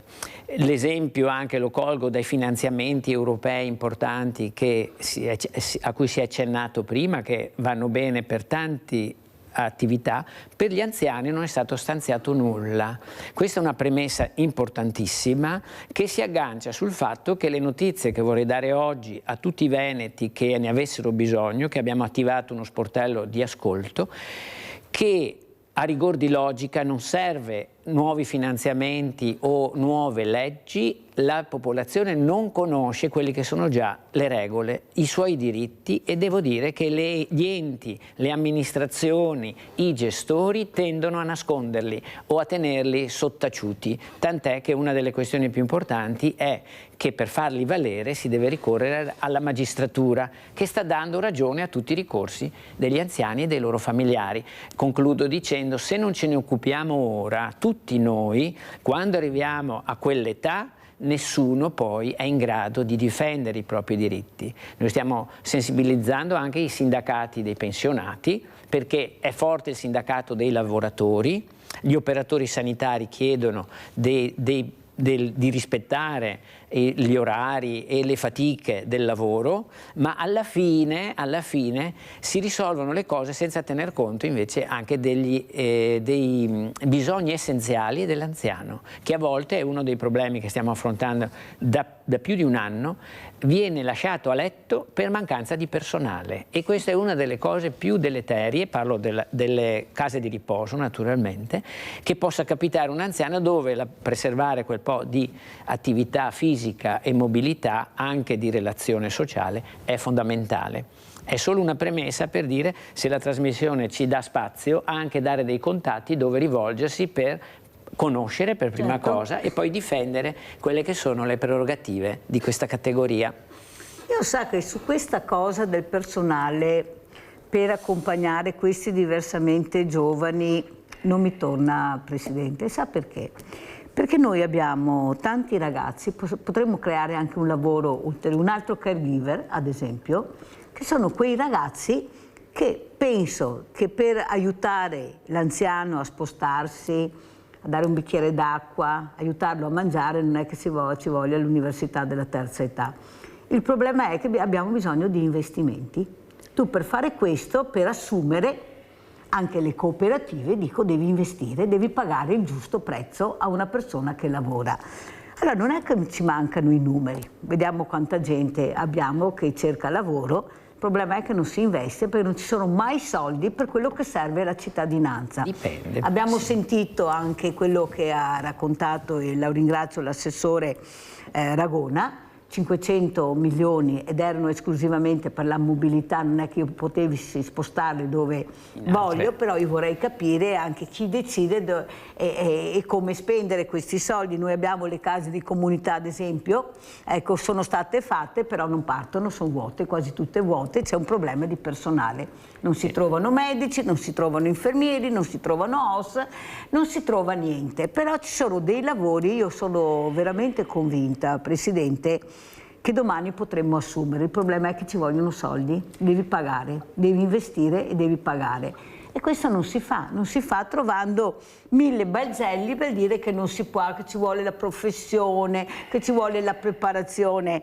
Calma, calma su questi discorsi, dico a qualcuno. Io sono convinta che avremo la possibilità di aiutare anche questi diversamente giovani. Il problema è che ci lasciano divisi, ognuno nel proprio orticello, ognuno fa il proprio, e questa divisione non fa sì che diventi una squadra importante per aiutare i diversamente giovani. Prego. Cerchiamo di essere costruttivi, perché quello che dice è vero purtroppo, però spesso il buon governo è dato dalla lungimiranza, quindi se si affrontano i problemi solo nell'emergenza è logico che si tampona il problema, non si risolve, addirittura si creano le condizioni perché si aggravi nel tempo se non si affronta alla radice. Il buon governo prevede di programmare queste cose. L'attività che diceva da parte non solo del giovane, di tutta la popolazione, è un gesto umano spontaneo, ma se si vuole inserire in un contesto in cui c'è sempre più bisogno di assistere l'anziano e tanta disoccupazione giovanile, intanto dare degli incentivi per cui non pretendere che sia solo attività volontaria. Esatto. E poi formare un minimo, perché non occorre essere tutti dottori o infermieri, però avere la qualità umana, sociale dell'approccio, e diventa anche uno scambio reciproco, perché c'è anche una ricchezza da parte dell'anziano da trasmettere ai giovani, è sicuramente una soluzione. In questo momento tante strutture stanno andando in cerca in capo al mondo di personale un po' più a basso costo, per esempio, e che però porta tanti altri problemi, che è quello di dargli un alloggio, che è quello di imparare la lingua. Quando l'anziano avanza con l'età, o addirittura molto anziano, soffre di udito, e anche nel linguaggio poco ancora alcuni nostri anziani si limitano al dialetto e comunque hanno bisogno di sentire una voce comprensibile, diventa un incontro anche originale, per cui se ci sono degli stranieri è sicuramente uno stimolo anche per l'anziano, ma non può essere un ripiego con cui risolvere tutta la necessità che abbiamo. Ci vogliono anche persone che sono vicine alla nostra cultura e al nostro linguaggio. Ma io sto parlando di persone che si sono integrate, che magari avrebbero anche piacere, ma anche gli studenti stessi. Noi facciamo fatica a dare la nostra casa, a dividere la nostra casa con questi ragazzi, che si ha sempre paura, non vuoi nessuno in casa, specialmente i figli di queste persone. No, con mio papà o mia mamma assolutamente no, non voglio saperne, e fanno solo del male, perché abbiamo delle bravissime persone che potrebbero veramente aiutare. Siamo molto chiusi, inutile io sono convinti che siamo molto chiusi. Stiamo promuovendo delle soluzioni integrate dove si scavalca la famiglia tradizionale, nel senso che a volte non è neanche possibile inserire altre persone nella famiglia, però accogliere studenti e giovani che hanno bisogno di alloggio e che sono disposti a condividere attraverso uno scambio di orario, di disponibilità per assistere, per fare la spesa, per dare compagnia, con anziani che invece possono mettere a disposizione risorse anche economiche e condividere situazioni abitative che conciliano queste due necessità. Sono 5 anni che lo dico, speriamo che qualcosa parta, perché veramente, Presidente, penso che è stata una delle prime a dire cominciamo ad aprirci un po' di più, perché sennò qua non andiamo avanti, perché abbiamo dei bravissimi ragazzi che una stanza, vero Assessore, a Padova costa magari 500, 600 euro, 700 euro e non si trovano. E l'importanza della mobilità, siamo sempre là, aiutare anche queste persone. Allora andiamo a vedere questo tram, queste prove tram, e poi lo commentiamo con l'Assessore Ragona. Abbiamo portato in testa un tram, il primo tram della linea 63 in via Morgagni. La notte fra lunedì e martedì, fra il 4 e il 5 maggio. Siamo estremamente contenti, vanno ringraziati tutti coloro che hanno lavorato per rendere possibile tutto ciò, tutte le persone che hanno lavorato questa notte, tutta la manodopera che ha lavorato per realizzare questa infrastruttura, gli ingegneri, gli architetti, la direzione lavori, tutto il personale del comune, tutto il personale di APS, perché ha realizzato un'opera che oggi inizia davvero a vedere vita. Il tram è arrivato in via Morgagni, nei prossimi giorni continueremo con i test, continueremo con l'esposizione del tram il 9 maggio qui in questo luogo, in via Morgagni, con un evento chiamato Piazza Tram. diventa sempre più reale quello che abbiamo immaginato, quello per cui abbiamo lavorato in questi anni, certo con i sacrifici della cittadinanza, però siamo convinti che oggi si inizia davvero a vedere l'idea di una città futura, di una Padova sempre più moderna, sempre più europea. È notte, però iniziamo a vedere la luce. Allora, Assessore Ragona, come commentiamo questo tram è partito anche adesso, diciamo, in maniera anche molto forte, stanno concludendo dei lavori importanti. Prego, Assessore. Sì, abbiamo iniziato in realtà i primi test che ci serviranno per i test ufficiali, diciamo, chiamiamoli pre-test, perché poi questo tipo di mezzi hanno bisogno di un certo tipo di rodaggio, chiamiamolo così, di messa in servizio secondo delle linee guida che arrivano dall'agenzia del Ministero che si occupa di sicurezza tranviaria. Confidiamo entro l'anno di attivare per i passeggeri la linea SIR 3, stazione Volta Barozzo, e nel mentre in questo periodo di finire i lavori per la linea SIR 2 e iniziare magari a tratte a ruota nel 27 il servizio anche per la linea SIR 2. È stato un lavoro molto intenso, devo ringraziare tutti perché se non ci fosse stata la squadra particolarmente competente non saremmo riusciti a essere fino qua. Di fatto in 3 anni abbiamo realizzato 3 linee tranviarie, 2 praticamente, neanche 2 di fatto, per la linea SIR 2 che è lunga 17 km. E io capisco che in questo momento c'è stata una fase in cui la città effettivamente aveva moltissimi cantieri, però quello che noi stiamo cercando di fare è una città che dà uno sviluppo alla mobilità sostenibile nei prossimi 20, 30, 40 anni e anche oltre, speriamo. Quindi sì, sono lavori importanti, ma sono lavori che non servivano per i prossimi 2 anni, servono per i prossimi decenni. Tra l'altro abbiamo realizzato nel SIR 2 anche a fianco una ciclabile, delle passerelle, delle nuove passerelle ciclopedonali. Come dicevo prima abbiamo rifatto i sottoservizi, stiamo piantando del nuovo verde, riasfalteremo le strade e su tutta la linea creeremo un cosiddetto corridoio di mobilità, quindi dove passa il tram, e sarà sempre possibile far passare anche i mezzi di soccorso, le ambulanze, i pompieri, la polizia. Quindi alla fine come dire, dei lavori che si sta avvicinando, io credo che la città ne trarrà un vantaggio collettivo sotto diversi punti di vista.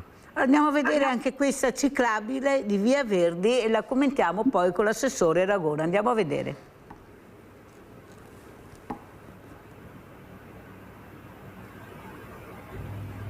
Con le nuove linee del tram saranno realizzate anche numerose strutture collaterali, molte infatti le ciclabili che saranno realizzate e, come per il tram, anche per queste infrastrutture si stanno concludendo i cantieri.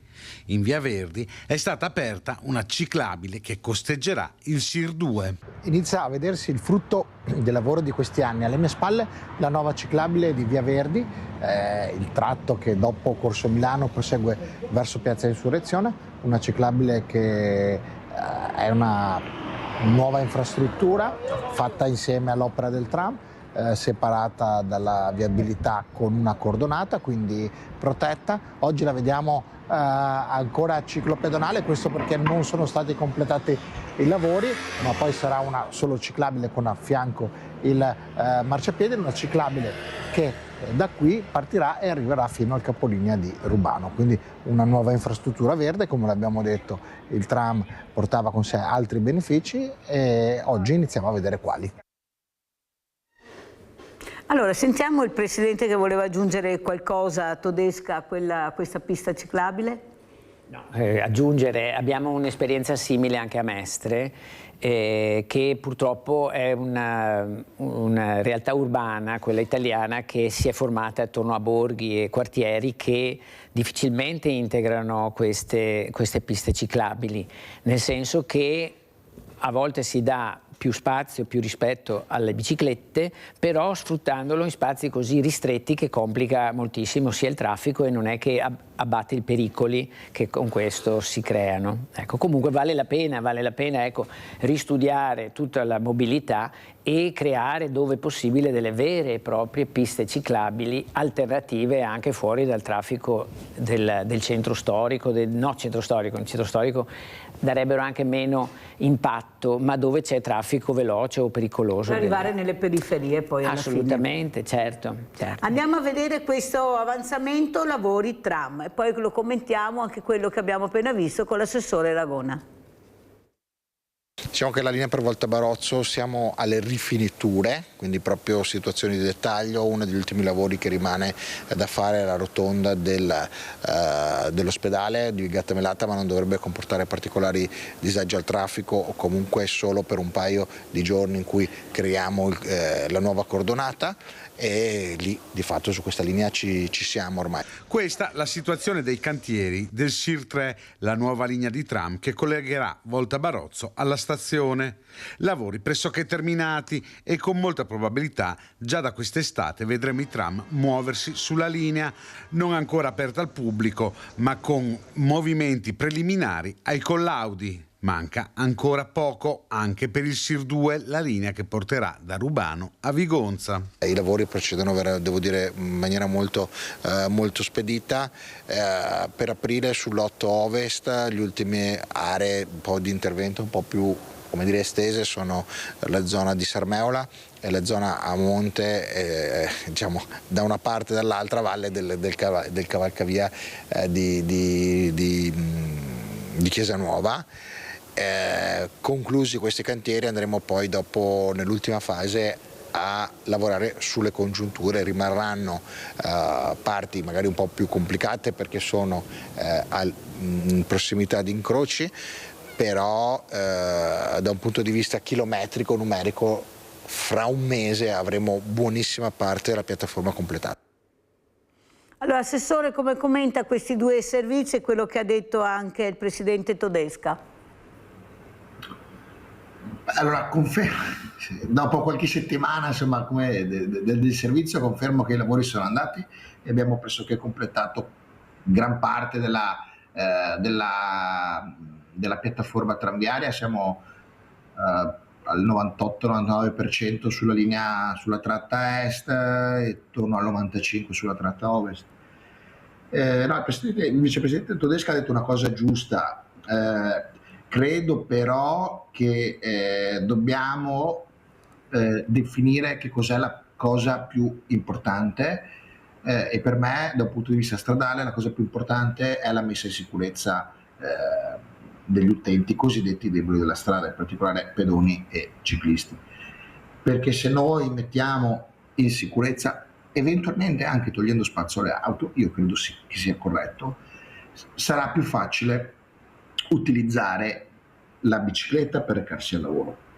È evidente che non tutti possono farlo, però qualcuno lo può fare, e se qualcuno lo fa, specie se adesso che arrivano delle biciclette elettriche molto performanti che ti permettono di fare diversi chilometri senza faticare, senza sudare e in maniera veloce, se noi offriamo delle infrastrutture ciclabili vere e protette, probabilmente più di qualcuno deciderà di abbandonare la macchina per utilizzare la bicicletta, anche perché le statistiche ci dicono che buona parte degli spostamenti in Italia nelle città è sotto i 5 km, quindi è una distanza che si può tranquillamente coprire in bicicletta e sicuramente si può coprire in bicicletta elettrica. Se noi in questo modo riusciamo, e anche con altri interventi ovviamente come il potenziamento del trasporto pubblico di cui abbiamo parlato adesso, riusciamo ad offrire delle alternative, allora anche chi sarà costretto a utilizzare la macchina ne avrà beneficio, perché ci sarà comunque meno traffico, perché chi utilizzava la macchina ma aveva delle alternative adesso usa le alternative e di conseguenza ci sarà un miglioramento della viabilità. Vi do un dato: dove correva il SIR 1 su Guizza e l'Arcella, qualche anno dopo l'introduzione del tram il traffico è crollato di oltre il 20%, perché c'era un'alternativa. il 20% di traffico sembra poco, ma in realtà è un numero clamoroso che fa cambiare la viabilità della nostra città. Assessore Ragona, ma perché in Italia questi lavori sono eterni, durano tantissimo? Io so che anche il sindaco Giordani era molto preoccupato perché mancava la forza lavoro, ha cercato veramente di scuotere. Perché da noi questi lavori durano veramente anni, anni, anni? Stiamo parlando poi delle terze e quarte corsie, non ne parliamo, e tanto qua si parla solo su gomma, non si parla mai di ferrovia o di porti. Ecco, come mai si fa così fatica ad andare avanti con i lavori? La forza lavoro non c'è, non si trova, allora cosa facciamo? E come mai dagli altri stati le forze lavoro le trovano e finiscono i lavori in tempi veramente molto più ristretti che da noi? Beh, allora mi permetto di spezzare una lancia in mio favore. Diciamo che possiamo ricevere tante critiche per quanto riguarda il tram di Padova, ma non di non aver fatto in fretta, perché abbiamo fatto a una velocità incredibile. 24 mesi fa i lavori sulla SIR2 non erano iniziati, 24 mesi dopo li abbiamo finiti, vi ripeto, si parla di 17 km di cantiere, finiti o quasi finiti, insomma quantomeno le parti più impattanti sono finite. Sicuramente abbiamo dei problemi, uno è effettivamente la forza lavoro, perché siamo un paese che sta invecchiando, non sono state fatte politiche vere politiche per la famiglia, perché l'Italia ormai sarà 30-40 anni che non ha fatto un piano sulla casa reale, quindi mancano le case a basso costo, mancano le case popolari. Non c'è stato un reale adeguamento degli stipendi. Nel corso degli ultimi 3-4 anni l'inflazione è schizzata di almeno il 15%, se non di più, e gli stipendi non hanno seguito questo tipo di costi e quindi molti decidono di andare a lavorare all'estero. Quindi il tema della casa, il tema degli stipendi, secondo me, incidono moltissimo sulla capacità di attirare professionisti, perché servono anche dei professionisti che stanno in ufficio per fare un'opera pubblica, e anche la manodopera che sta in cantiere, perché evidentemente si trovano alla stessa fatica dei lavori più remunerativi. Questi due punti sono molto importanti e l'altro punto è quello della burocrazia. Col PNRR sono state fatte norme un po' particolari che hanno permesso, pur mantenendo i controlli, di accelerare alcune pratiche, però sicuramente l'aspetto burocratico oggi è molto importante. Noi finiremo forse nel paradosso in cui ci è servito meno tempo per realizzare l'opera in cantiere rispetto a quella per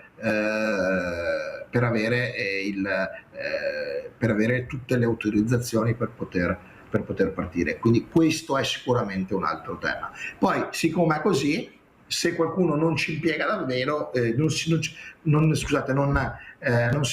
si impegna davvero, ecco, allora diventa comodo anche metterci un po' di più, perché a questo punto se tutti fanno così lo facciamo anche noi.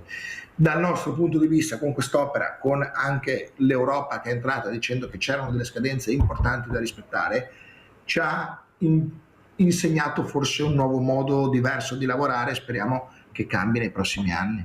Ma secondo lei questo tram alla fine, quando sarà veramente tutto completato, io penso che l'opera va detta fine quando è completata tutta, quando finirà? Io credo che nei prossimi, per finire l'opera tram, direi 3-4 mesi. Completa? Poi servirà qualche altro mese in alcune tratte, non ovunque, per completare alcuni allargamenti stradali, alcuni marciapiedi, opere complementari, diciamo. Però alla fine quanto? Proprio tutto completo? Credo perché per fine anno. Fine anno. Vedremo, ecco, terremo buono quello che dice, naturalmente salvo imprevisti, perché anche loro hanno il nemico dietro l'angolo che è la burocrazia e tante cose che non è facile in Italia da superare. Prego. Un appunto sulla spettatrice che è intervenuta prima, su cui poi non si è parlato, quello dell'ambiente. Lo scempio che avviene nell'ambiente, parliamo a livello nazionale oltre che regionale, quando intervengono grandi opere. questo fatto di abbattimenti selvaggi, che è uno scempio anche per le città, volevamo, noi come Codacons siamo molto impegnati nella difesa dell'ambiente, volevamo un impegno e anche una motivazione, perché si è scoperto tante volte che le procedure sono snellite, avvengono quando poi si scopre che non era indispensabile abbattere alberi o perdere delle aree verdi. Ecco, vorremmo sia l'impegno sia scardinare questo sistema, che ci sia una commissione che coinvolga anche i cittadini, che coinvolga anche gli enti locali, per capire se davvero sono necessarie degli abbattimenti di così tanti alberi, e come minimo anche impegnarsi che se si deve sacrificare un'area di verde si vada a piantumare o a proteggerne altre, affinché non si perda questa risorsa preziosissima. Infatti abbiamo sentito cosa è successo a Belluno, questo comitato dei cittadini che è arrivato al TAR, il TAR ha dato ragione ai cittadini e ha bloccato tutto questo taglio di questi alberi bellissimi. Certo, ecco, bisogna a volte è capire. troppo tardi aver ragione se intanto l'albero è stato abbattuto, però è un precedente importante che andrebbe coltivato, verificato prima di permettere altri interventi di questo tipo. Assessore Ragona cosa dice? Lei si occupa anche di ambiente, prego. Sono d'accordo, il caso di Belluno però è molto diverso rispetto al nostro. Il caso di Belluno è stata una scelta deliberata di abbattere degli alberi per fare altro. Noi ci siamo limitati agli abbattimenti dove era esclusivamente impossibile trovare altre alternative. Abbiamo alla fine tra arbusti e piante ripiantumeremo il triplo di quello che è stato toccato. È evidente che può capitare di abbattere degli alberi di grandi dimensioni e è per questo che ripiantumiamo di più di quello che viene abbattuto. Spiace ogni tanto, spiace sempre, e non abbiamo mai abbattuto un albero sul quale potevano esserci delle alternative. Però dobbiamo dirlo, la difesa dell'ambiente non passa solo dalla difesa degli alberi. Gli alberi sono un aspetto fondamentale della difesa dell'ambiente, ma passa anche per la mobilità e passa anche per tante altre cose, come la riduzione e l'efficientamento energetico. È ovvio che un albero ci dà anche, oltre alla difesa dall'isola di Caorle, ci dà anche una visione bella della città, per cui dobbiamo continuare a verde, ma noi stiamo facendo delle opere di rinaturalizzazione, cioè abbiamo diversi punti della città dove stiamo lavorando per togliere asfalto e mettere verde. Sono percorsi di lungo periodo. Ogni tanto ci sentiamo la critica: ah, ma piantate degli stuzzicadenti di albero. Sì, voglio dire che oggi quando vediamo dei grandi alberi in città, sono grandi alberi perché 60 anni fa, 80 anni fa qualcuno si è preso la briga di piantare quello che viene definito un stuzzicadente di albero, perché gli alberi sono esseri viventi, più piccoli li piantiamo, è come una persona, se toglie una persona adulta poi fa fatica a crescere in un ambiente diverso, nuovo. Allo stesso modo gli alberi, come da piccoli, se si spostano nell'ambiente, si abituano e crescono in maniera anche migliore. Per questo è il motivo per cui vengono piantati alberi piccoli, perché hanno una crescita più veloce rispetto ad altri alberi. Siccome abbiamo parlato di ambiente, di alberi, adesso parliamo di zanzare. Visto che arriva l'estate, andiamo a sentire questo servizio proprio con l'assessore Ragona per quanto riguarda le zanzare. Si avvicinano il bel tempo, il caldo, e quindi sono in arrivo anche le zanzare. Ricordando i pericoli per la salute pubblica e per prevenire e controllare le malattie trasmesse da questi insetti, il Comune mette in campo gli strumenti sanitari e il sindaco Sergio Giordani ha così firmato l'ordinanza per dare il via alle disinfestazioni con prodotti che colpiscono le larve delle zanzare. La prevenzione verso le zanzare è un atto importante di salute pubblica e quindi partiamo preventivamente, prima ancora che il fenomeno si verifichi, considerando che poi con 15 passaggi dovremo coprire tutto il periodo caldo. L'ordinanza raccoglie le direttive della Regione e contiene disposizioni rivolte a tutti i cittadini per le aree private. Ogni anno vengono organizzate da aprile a ottobre disinfestazioni per 20 km di fossati comunali e tutte le caditoie stradali e di edifici comunali e scuole pubbliche. Il primo ciclo di trattamento è iniziato il 13 aprile. Nell'apposita sezione del sito del Comune di Padova si trova il calendario con tutte le vie e le strutture coinvolte. L'amministrazione ha già organizzato 8 cicli di trattamento larvicida nei fossati e 7 nelle caditoie, ma è fondamentale la collaborazione di tutti. È importante però che ogni privato riesca possa intervenga anche nelle proprie aree di pertinenza, perché la salvaguardia del territorio contro le zanzare funziona se poi sono tutti che fanno la propria parte. Anche gesti quotidiani come svuotare i sottovasi e monitorare caditoie e ogni ristagno di acqua fanno la differenza. I prodotti larvicidi sono distribuiti gratuitamente nelle sedi di quartiere, all'URP e negli uffici di Informambiente. Allora, Assessore, ma questi prodotti che vediamo non sono nocivi? Perché vediamo che questi addetti ai lavori hanno la mascherina, noi invece non ce l'abbiamo. Ecco, può spiegarci quali sono questi prodotti che usufruite per fare questa disinfestazione? Sì, ecco, allora dobbiamo differenziare due tipi di disinfestazione. La prima si chiama larvicida, che è quella che viene fatta nelle caditoie, per capirsi, è quella delle pastiglie gratuite che vengono date, che ogni privato può magari mettere in un tombino in casa sua. Questo tipo di disinfestazione uccide le larve, diciamo, è preventiva. C'è un altro tipo di disinfestazione che però abbiamo visto in qualche immagine, quella con la mascherina, che però viene fatta in maniera più puntuale e che quindi ha bisogno anche di un certo tipo di dispositivi di sicurezza, che è quella adulticida, quindi con questi spray che vengono sparati, dove c'è effettivamente bisogno di stare un attimo attenti. Però proprio perché è una disinfestazione più importante, che va a uccidere anche gli insetti buoni, i cosiddetti insetti buoni, insomma, anche se ovviamente non è che ci sono insetti buoni e insetti cattivi, però quegli impollinatori, per capirsi,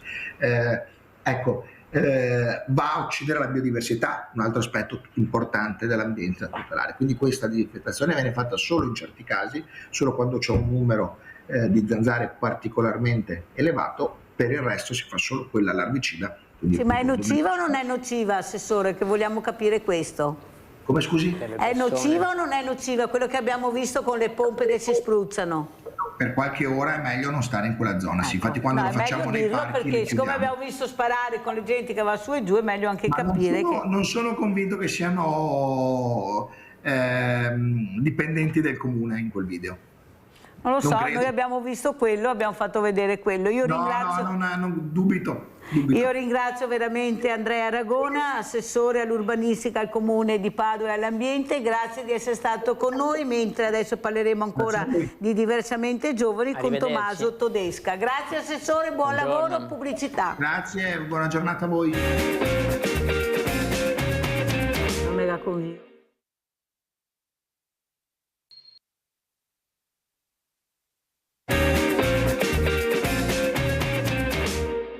Abbiamo 4.000 ospiti che non hanno il sostegno della Regione. Oggi le rette variano per chi entra con l'impegnativa sociale da 57 a 69 euro.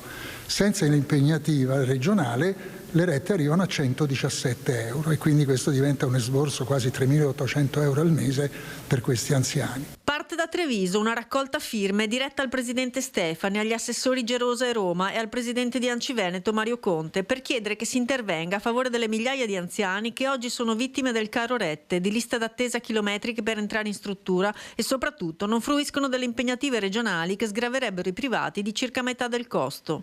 Per questo Gallina propone anche una soluzione alternativa. Chiediamo alla Regione di intervenire nel sbloccare la possibilità di dare questa impegnativa, ricorrendo magari anche a una tassa di scopo. La legge lo prevede, e io credo che i cittadini veneti non si rammaricheranno se pagano una tassa per consentire agli anziani di poter entrare dentro le RSA senza subire un esborso economico importante. Una situazione gravissima che costringe molti a rivolgersi al privato. Oggi sono 2.000 gli anziani in lista d'attesa nella sola provincia trevigiana, 10.000 nel Veneto, ma la richiesta dei familiari va anche oltre. Chiederemo quindi, dicevo, anche alla Regione di rivedere quello che è il contributo sanitario che viene dato da 52 a 57 euro. È fermo da più di 8 anni, non è adeguato all'inflazione, quindi chiediamo alla Regione di intervenire in questo senso. Chiediamo anche alla Regione di mettere un tetto al costo delle rette. Fino adesso ognuno è libero di fare quello che vuole. Una petizione di carattere etico, prosegue Gallina, che non vuole far abbassare le rette alle RSA perché dice i costi ci sono, i lavoratori vanno pagati, ma che deve portare la Regione più vicino ai cittadini. Il problema probabilmente a breve scoppierà, nel senso che gli anziani aumenteranno sempre e ci sarà sempre più bisogno, diciamo, di strutture per poterli accogliere. Si potrà firmare sabato 25 aprile nei portierati delle RSA cittadine e se non sarà sufficiente saranno allestiti anche dei gazebi. Allora, Presidente Todesca, come commenta questo servizio? Poi daremo anche dei numeri, prendete carta e penna perché avrete dei punti di riferimento a chi rivolgervi, dove chiamare, perciò iniziate a prendere carta e penna. Prego, Presidente. Grazie, conosco bene questa petizione che è partita da una delle strutture che abbiamo a Treviso. Io la seguo direttamente anche perché ho avuto contatti diretti e personali, però devo dire che è stata hanno raccolto parzialmente le richieste dei familiari, delle famiglie e degli ospiti, tant'è che hanno completamente trascurato alcune cose che non richiederebbero tasse di scopo o ulteriori peso alla cittadinanza per sopperire a costi che sono già predisposti, sono già attribuiti a soggetti specifici. Purtroppo questa è stata un'iniziativa che non ha abbracciato tutta la necessità che abbiamo. Tra l'altro ormai è conclamato anche con un'interrogazione in Regione, è stato elencato tutte le prerogative dell'anziano, che sono anche quelle dell'esonero dalle rette per i malati di Alzheimer, ma tutte le patologie in cui non puoi scindere la quota sanitaria dalla quota alberghiera. E soprattutto che non viene citata minimamente in questa petizione, la primissima cosa da fare è verificare che la retta pagata dall'ospite sia conforme alle sue possibilità economiche. Perché è vero che le strutture devono avere devono sopperire i costi che hanno, ma non è detto che siano a carico solo dell'anziano o della famiglia. C'è una legge molto chiara che prevede che l'anziano debba contribuire fino alle sue possibilità stabilite dall'ISEE. Noi abbiamo verificato che quasi o oltre il 50% degli ospiti non lo sanno, non lo hanno verificato e i comuni non aiutano a fare queste verifiche. Lino da Mantova, poi continuiamo, vai Lino. Sui ospiti.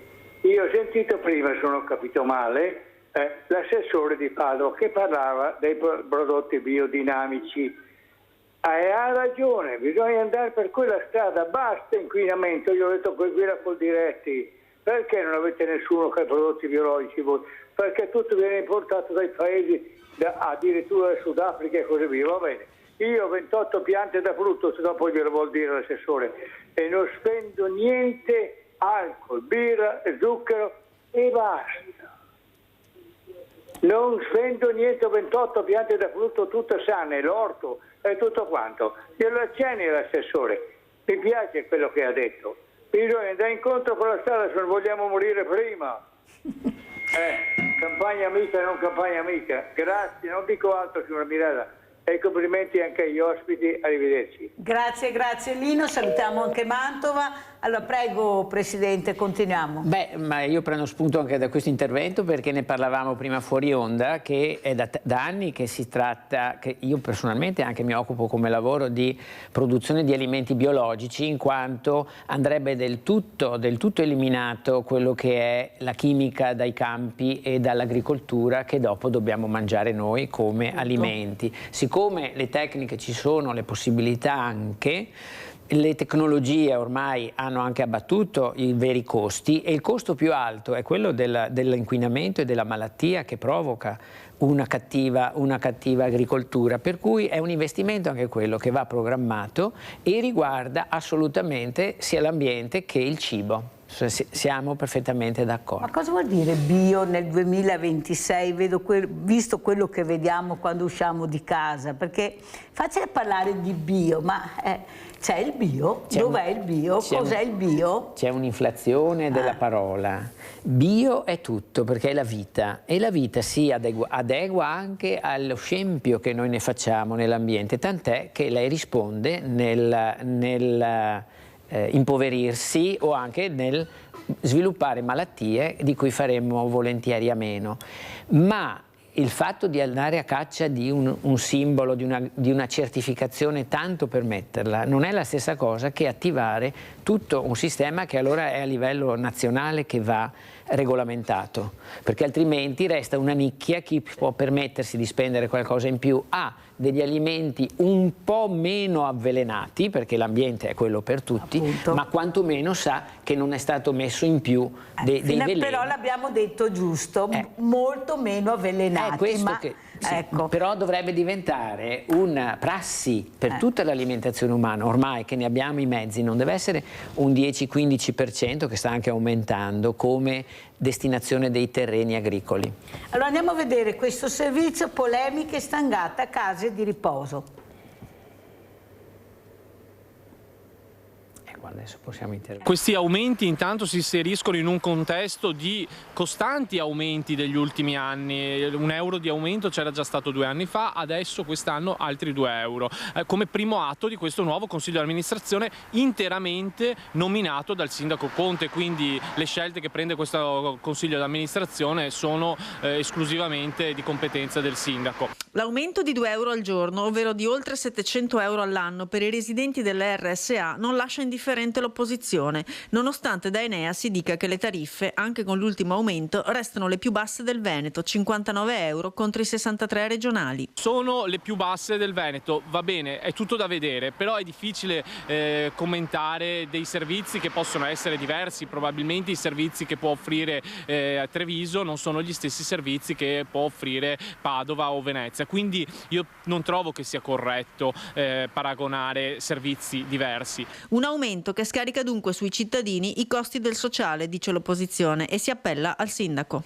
Si inserisce in un contesto di aumenti generalizzati sui parcheggi, sugli asili, sulle mense, e quindi assistiamo a una politica, a un'amministrazione, a un sindaco Conte che non riesce ad avere un governo delle politiche di bilancio adeguato, e l'unica cosa che può fare è quella di aumentare i costi sulle famiglie. Ci appelliamo a lui anche in quanto presidente dell'ANCI Veneto, l'associazione dei sindaci, che parli con il governo e che faccia mettere mano al portafoglio, ai ministeri. Gli aumenti effettivi da aprile vengono invece difesi da chi li ha deliberati. Questo nuovo Consiglio di amministrazione si è assunto la responsabilità di portare avanti questo aumento, perché vuole garantire l'elevata qualità di servizio di cura per i nostri anziani, e anche perché ritiene di dover manutentare al meglio tutti gli immobili affinché tra 20 anni gli stessi possano essere fruibili come oggi. Ci sono oltre 800 residenti nelle 4 strutture gestite da Enea e si progetta anche di investire in una quinta, l'ex casa di riposo Umberto I, ma il presidente svela anche un altro obiettivo. E anche sul risparmio energetico c'è l'idea di fare un parco fotovoltaico presso l'attuale parcheggio di Santa Bona dell'Eract, perché il costo dell'energia elettrica incide pesantemente nei nostri conti, perciò stiamo andando verso un risparmio energetico in maniera fattiva. Ringrazio e saluto Giacomo De Luca, sindaco di Fregona, che è arrivato. Grazie sindaco, mi fa molto piacere averla ospite. Allora abbiamo iniziato questa trasmissione con le fragilità, con le donne, adesso siamo arrivati diversamente giovani, alle residenze per anziani, perché case di riposo anche no, sì. Residenze per anziani, co-housing. Cosa ci racconta sindaco? Beh, la nostra casa di riposo è una delle migliori, soprattutto si chiama?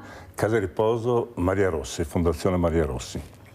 È una lascita di una donna che ci ha permesso di crescere, di non ricorrere tanto al debito, e quindi è perfettamente funzionante e con tutte le strutture, benessere, tutto quanto, veramente, e è sempre piena. Personale?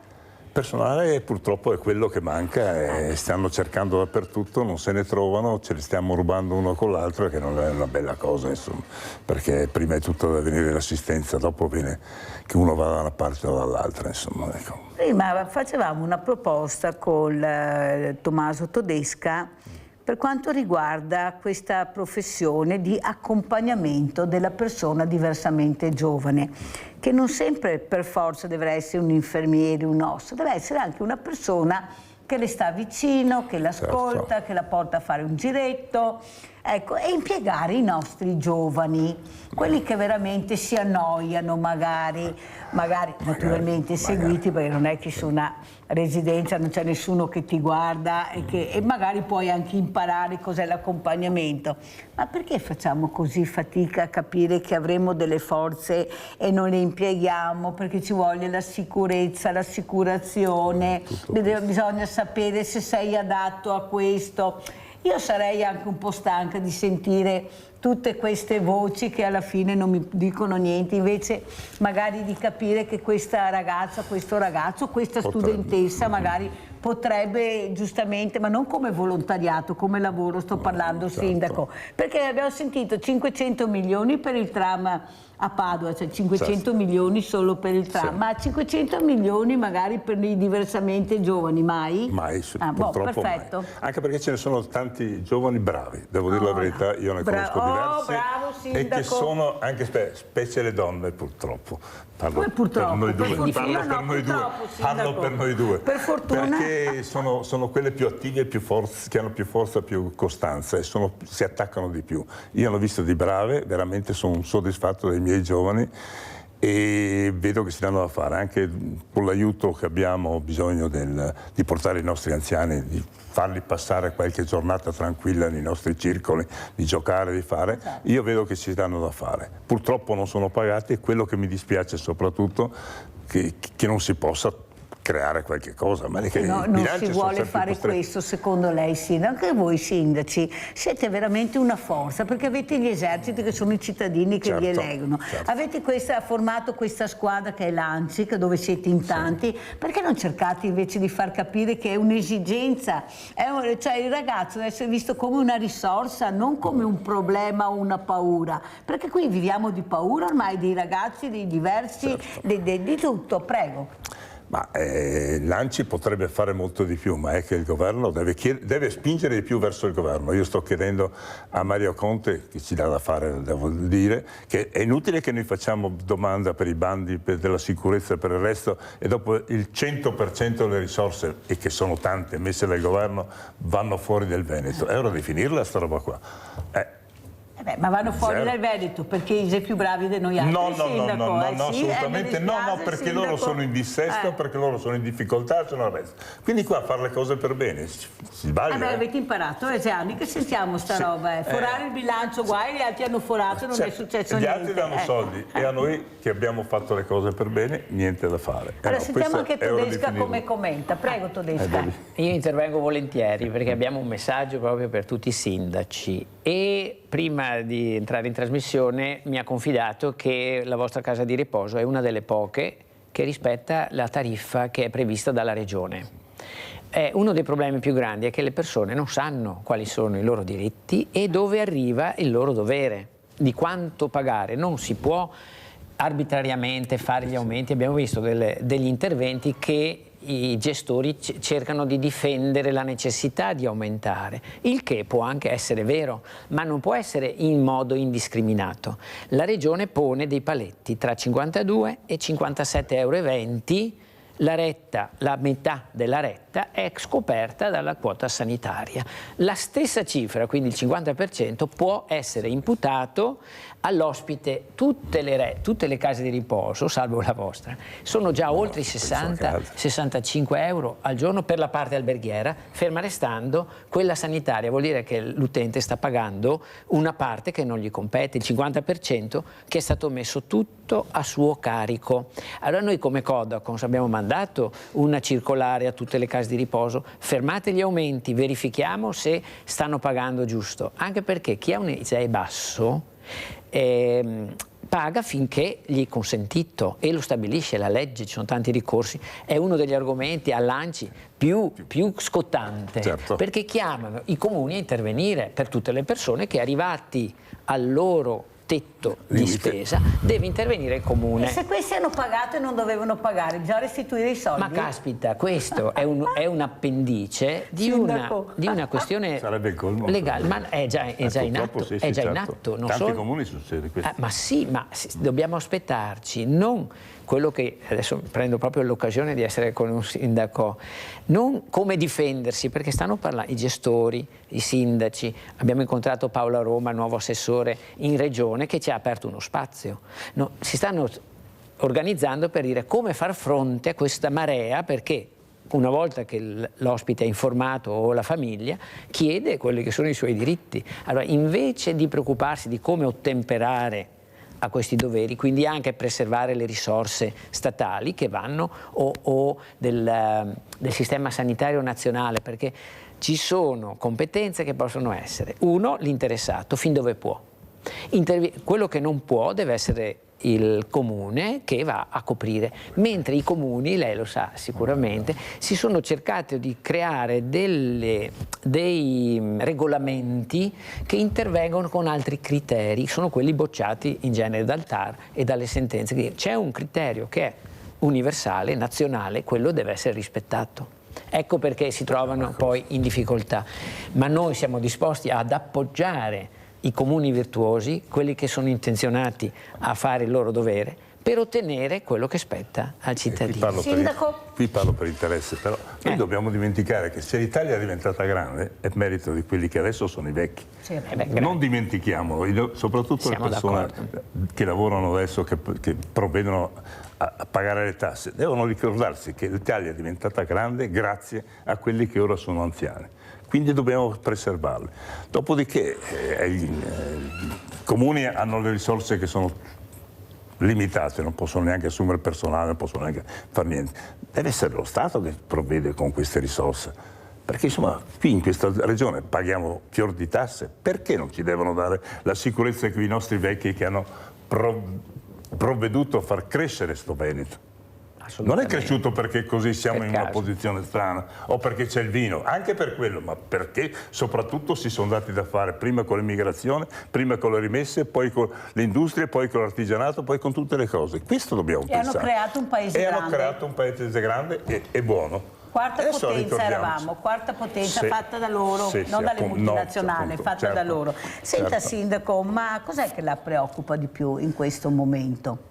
In questo momento qui è preoccupazione che lo Stato sta rivolgendosi solo verso certe cose.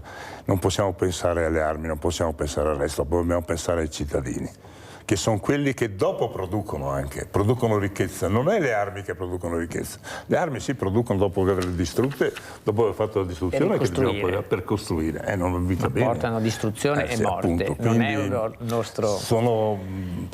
non ci parla più di gioventù, non si parla più di anziani. Quindi è già lì una nazione che non è destinata a crescere, se parliamo solo e nient'altro di certe cose che riguardano la guerra, che riguardano questo e quell'altro. Dobbiamo pensare ai nostri vogliono spostare il cerino proprio con la storia delle guerre per non toccare i problemi reali che ha il Paese. Il Paese è di una fragilità unica, a 360 gradi, proprio come Paese, come siamo strutturati. Si parla di nucleare, io ho avuto veramente un fisico da Genova molto esperto, ho detto ma di cosa parlano questi? Ma sanno di cosa parlano? Ma si rendono conto cosa vuol dire nucleare in Italia? Eppure sembra che domani abbiamo già il nucleare. Cosa ne pensa, Sindaco? Mentre i problemi reali sono quelli di trovare residenze per questi diversamente giovani, case per i ragazzi, per gli studenti, per i nuove coppie che si formeranno. Qui andiamo tutto in maniera completa, anche i sindaci però devo dire, magari qualche pista ciclabile in meno, qualche piazza in meno e qualche aiuto al cittadino in più non farebbe male. No, cosa dice Sindaco? Sono d'accordo guardate però che nei comuni già la spesa più grossa è quella dell'assistenza e della sanità, quindi si sta già facendo noi poveri sindaci, devo dire la verità, senza soldi e senza personale. Siamo in lotta completa. Io dico che se noi riusciamo a trovare una soluzione che i giovani vedano i vecchi perché sono quelli che gli hanno dato una mano e i vecchi vedono i giovani che stanno crescendo, forse questo amalgama potrebbe essere l'interesse e la valvola che ci porta verso le soluzioni di tutti i problemi. Non possiamo fare distinzione fra giovani e vecchi, dobbiamo fare distinzione fra popolazione che deve crescere, che deve e i vecchi possono insegnare come hanno fatto loro e i giovani possono imparare da questa cosa.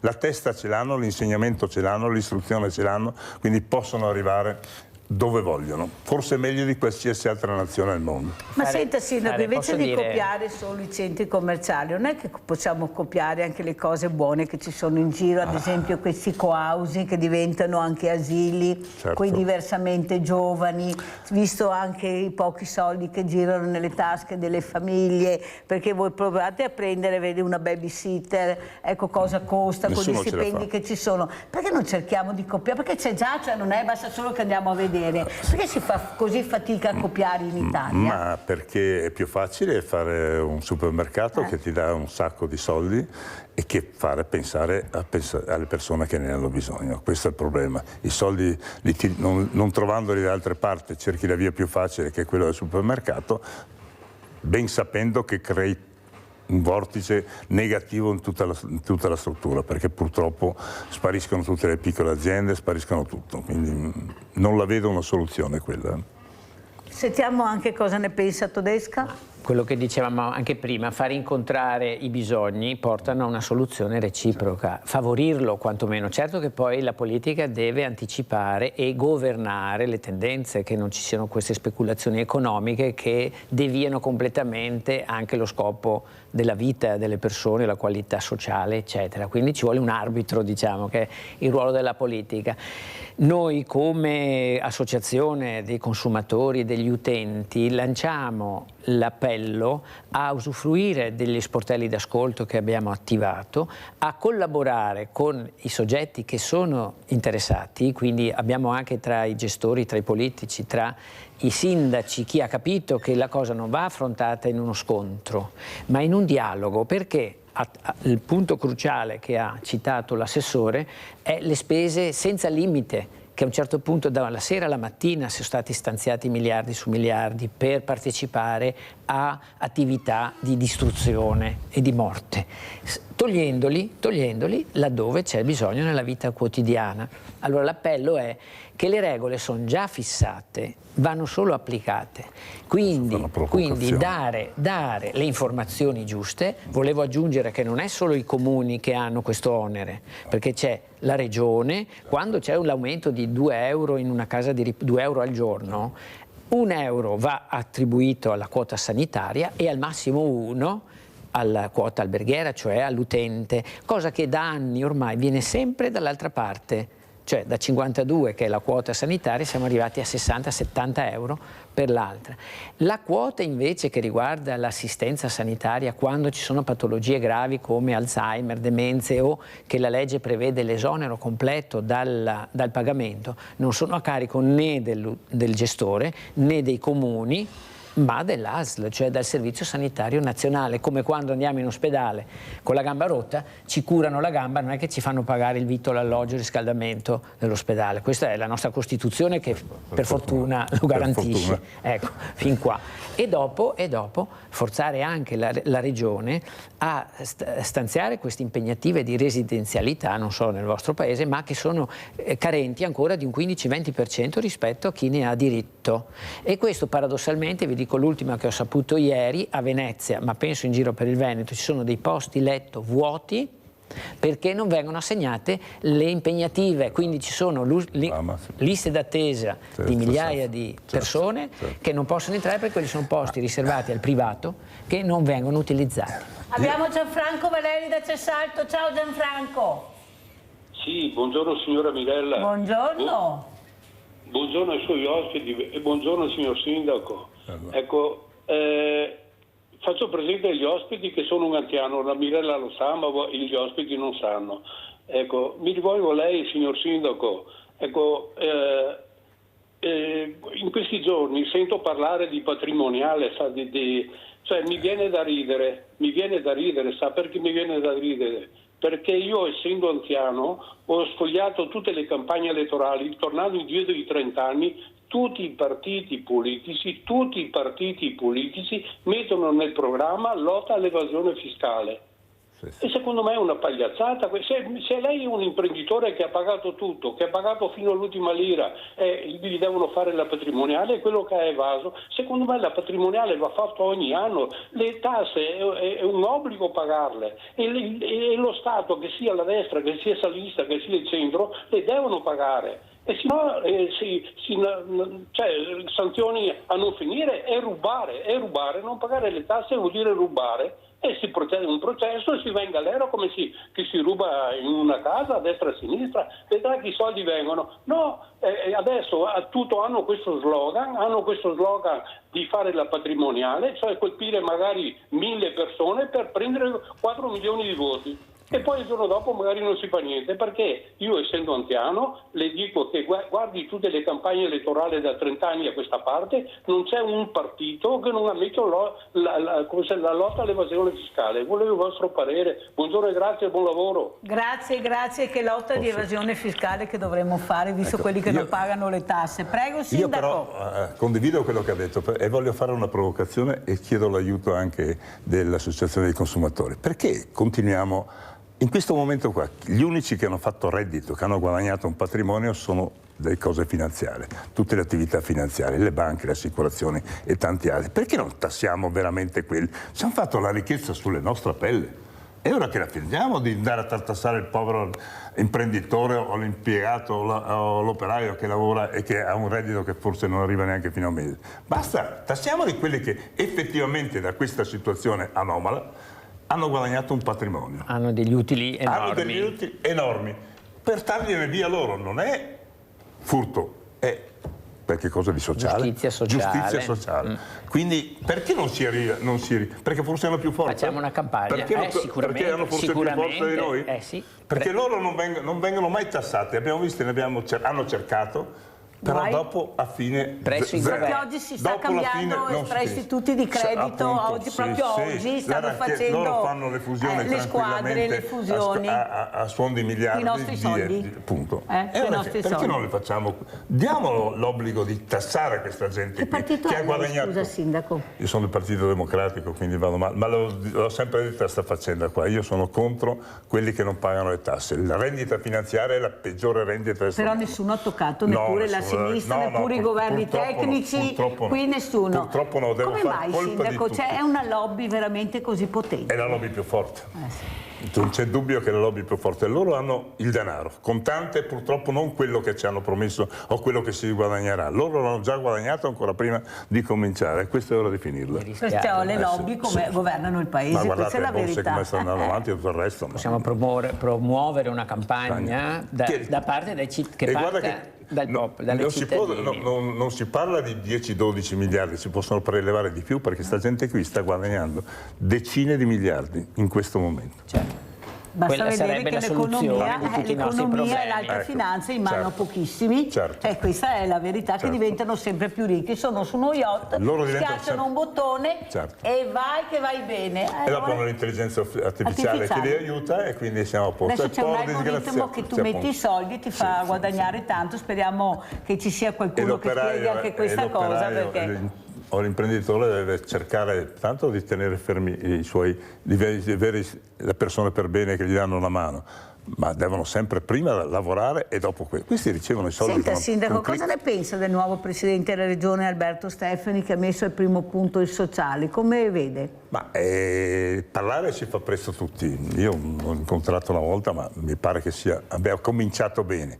Però adesso servono i fatti. Le parole non ci costano niente, specie nelle campagne elettorali si promette il mondo, però adesso bisogna risolvere. Ma sa che sono le colombe? Ho una fiducia molto ampia con Paola Roma, perché l'ho vista lavorare, l'ho vista in azione, è una che si dà da fare e che se promette una cosa lo risolve. Quindi lei, con l'aiuto, che appoggi pure il Presidente Stefani per aiutare questo sociale, questa sanità. In effetti il Presidente ha dato un segnale anche con Caregiver, ha fatto questa cosa col PD, con Manildo, con la Luvisetto, perciò vuol dire che c'è bisogna vedere i falchi, però, Presidente, guarda che noi adesso i colombi, i falchi d'Adrio, se lasceranno lavorare sto nuovo Presidente. Mi risulta che siano i falchi che mangiano le colombe, non il contrario, purtroppo. Abbiamo Livio da Padova, vai Livio.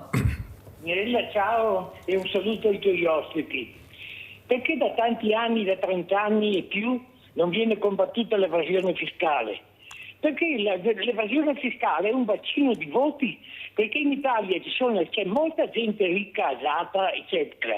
E perciò se combattono l'evasione fiscale, tutta quella gente lì non dà più il voto, capisci? E allora non la combattono perché è un bacino di voti. Non è il piccolo. Grazie a te Carolina, infatti faremo 2 finanziarie se combattessero l'evasione fiscale, pensate anche di più, dice il Sindaco. Andiamo dei numeri invece, Todesca, che ci siamo dimenticati, che ormai siamo in chiusura, che numeri vuole dare per fare il punto? No, dai i numeri perché sono in ritardo. Diamo i numeri allora. Diamo i numeri, visto che diamo i numeri, diamo i numeri. No, volevo lasciare un riferimento per prendere contatto con noi. Non abbiamo toccato la questione della sicurezza nelle case di riposo, perché abbiamo sentito dalla cronaca delle gravissime maltrattamenti, e c'è una legge già approvata in Regione che fa fatica a applicarsi, ma hanno già tutti i finanziamenti sull'installazione del controllo, anche videocontrollo. I numeri a cui rivolgersi, sia per questioni amministrative, di sicurezza e anche di accesso ai servizi, sono quelli del Codacons Veneto, che potrei dire sia la mail codacons.anzianiarea@libero.it, telefono 338 25 765 72.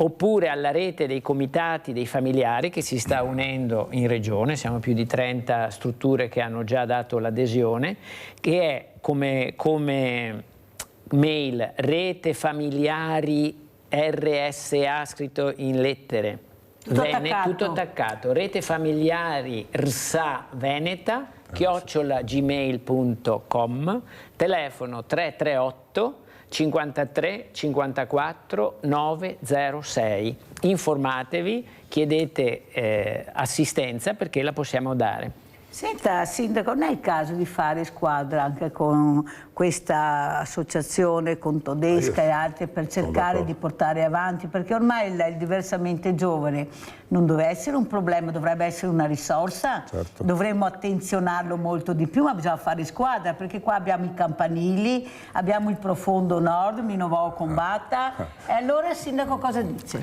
Io sono d'accordo che è un'associazione che si dà da fare, lo vediamo tranquillamente, anche loro attualmente poco ascoltati, forse meno ancora dei sindaci, ma se facciamo assieme, veniamo ascoltati, se uniamo le forze forse verremo ascoltati.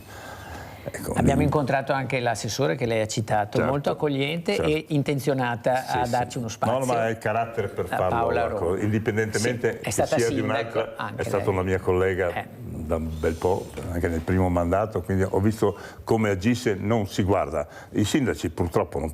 Devono essere pratici. Per fortuna non prima devono mettere la pratica. L'ha detto lei che comandano le lobby, allora bisogna dirlo in regione, perché siamo stanchi, perché veramente se ci sono le lobby che comandano, i falchi riusciranno a mangiarsi le colombe. Le sembra giustizia sociale che un imprenditore che paga le tasse arriva a pagare 60, 70 e anche più per cento, mentre uno che investe in borsa paga il 25%. Insomma, questa è giustizia sociale, il 25% dei suoi redditi. Io non la trovo trovo... Cominciamo anche a dividere però tra imprenditore e prenditori, perché bisogna anche dividere, perché è facile, imprenditori e prenditori, sì, sono due cose, bisogna chiarezza, farla molto questa chiarezza. Scriviamo i fatti e le cose. Dobbiamo dividere perché sennò non ne vediamo fuori. Senta Sindaco, ormai siamo in chiusura, manca un minuto, come vuole salutarci, cosa vuole dire? Ma io dico che un'altra cosa, bisogna essere seri, bisogna cominciare a pensare a una fusione fra i comuni intanto prima, perché purtroppo tante esigenze, tante richieste dei cittadini non possono essere risolte perché ormai, specie qui, siamo senza personale, abbiamo personale scarso, le incombenze sono sempre di più perché lo Stato, quando c'è da fare qualche controllo, qualche verifica, passa a tutti i comuni, loro pigiano il bottone come quell'ente e risolvono il problema. Non è così che si fa. Il cittadino si rivolge al sindaco, si rivolge al proprio comune. Se lo facciamo più grande, in modo che ci sia più forze, più qualche cosa, più territorio più ampio, e abbiamo anche noi più forza, questo bisogna farlo. Io sto cercando con i comuni vicini di poter trovare una soluzione. Uno sembra che abbia detto di sì, che è Sarme, però abbiamo tanti anche che dicono di no, glielo posso assicurare, perché no, ma anche fra di noi sentire dopo no, ma non abbiamo il campanilismo. Tra unione e fusione dei comuni, anche qua sarebbe da discutere, ma vi inviterò ancora. Nel 2026 bisogna pensare al resto, non al campanilismo. Esatto. Mettiamo insieme la mappa perché ci sono virtuosi che anche pochi possono cambiare la tendenza generale. Grazie a Giacomo De Luca, sindaco di Fregona, grazie a Tommaso Todesca, vicepresidente Coda Conso, responsabile area anziani, che sono stati con noi. Grazie. Adesso andiamo a vedere il vostro assegno a chi è andato.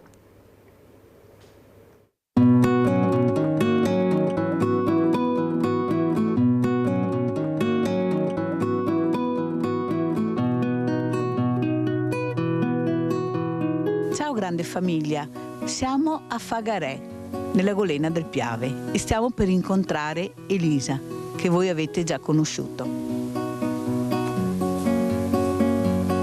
Permesso? Elisa? Eccola qua, vieni Elisa, vieni. Ciao Elisa, ciao carissima. Allora, stiamo vedendo il disastro Elisa. Fammi vedere fin dove arrivava l'acqua Elisa. Guardate fin dove è arrivata l'acqua. Cosa si prova in quel momento quando vedi la tua casa, le tue cose, i tuoi bambini, non sai cosa fare, dove andare, come difendersi? Come si fa a difendere? È stato tutto veloce, i vigili ci hanno avvisato, noi non è mai entrata l'acqua, per cui non abbiamo messo la roba più alta di 1 metro e poi c'era buio perché la luce non ce l'ha. Io ero andata al lavoro, i bambini erano a casa da soli e sono tornata, abbiamo mangiato una cosa al volo che avevamo preparato nel pomeriggio perché prima di andare al lavoro preparo e niente, mio marito fatalità stava anche poco bene, aveva fatto l'estrazione dei denti, per cui eravamo un po' presi con le bombe. Abbiamo cercato di fare quello che ci avevano detto. Cosa hai sentito allora? Sono venuti i vigili o hanno telefonato? No, ci sono venuti qua. Sì, anche la protezione civile, niente, di evacuare entro la mezzanotte, però non ci hanno detto la quantità dell'acqua che scendeva. Noi logicamente, sapendo che avendo la casa più alta di tutti, a me non è mai entrata in casa, sul giardino sì, ok, però non fa mai. Però è stata peggio del 66 questa volta, per cui... Entriamo allora, Elisa, ci fai vedere? Permesso? Mamma mia, guardate che disastro. Possiamo, Elisa, ci fai da cicerone nella tua casa, Elisa, che vediamo, mamma mia, guardate, e sta arrivando l'inverno, Questa quantità enorme d'acqua, non avevano detto che veniva questa quantità di acqua, e poi insomma è sempre dall'alto, insomma sono sempre le dighe che fanno sti macelli. Ma se ti proponessero un'altra casa adesso? Beh, me la devono proporre col giardino perché io ho i cani. Ho speso 200 milioni quella volta qui e adesso stiamo investendo altri soldi per sistemare perché non si sa se arriveranno gli aiuti e io devo entrare in casa perché non posso abitare in albergo a vita.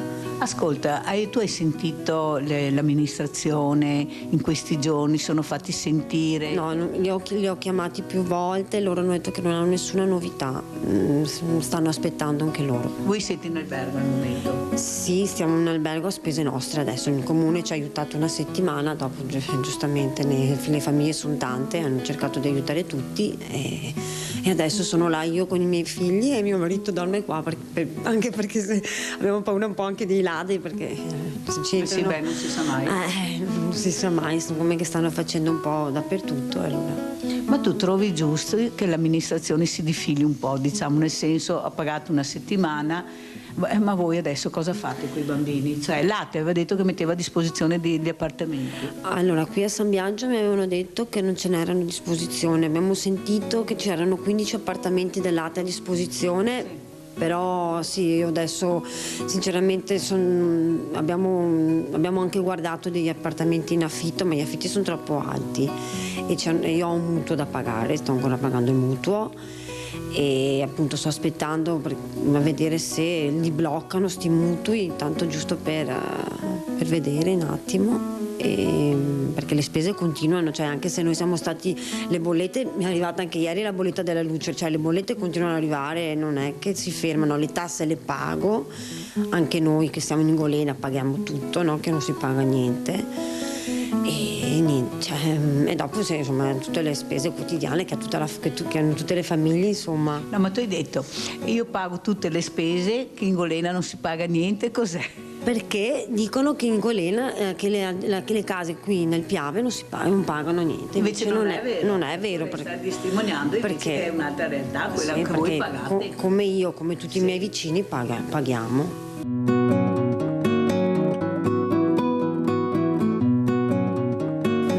Elisa, una cosa che ha colpito è stato quando tu hai detto il mio bambino il 24 di novembre deve fare la cresima e là veramente ti sei commossa perché hai detto lui non può pagare una conseguenza che non è colpa sua e non possono fargli fare la cresima. Proprio ti è venuta dal cuore questa cosa e come mamma io l'ho sentita. Cosa vuoi dire? Quando hai provato in quel momento, cioè ti è venuto in mente la cresima di mio figlio?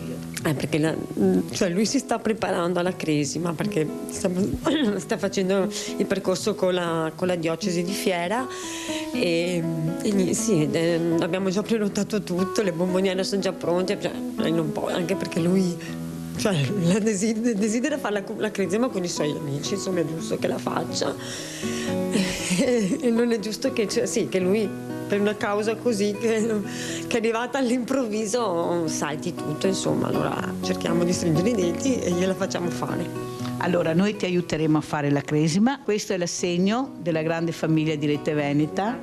Ecco Elisa, in maniera che tu farai questa cresima più tranquilla e serena. Questo bambino avrà questa bellissima giornata. Noi ti siamo stati vicini, io ti ho chiamato, ti ho promesso che sarei venuta a trovarti, certo. Perché al cuore di mamma non si può dire di no in un momento così importante per un bambino. Cosa vuoi dire alla grande famiglia, Elisa? Niente, vi ringrazio di cuore. Non me la sarei mai aspettata una cosa, io non è che volevo spreparare, cioè io sono stata colpita come tutti i miei vicini, io vi ringrazio di cuore anche del nome di Simone.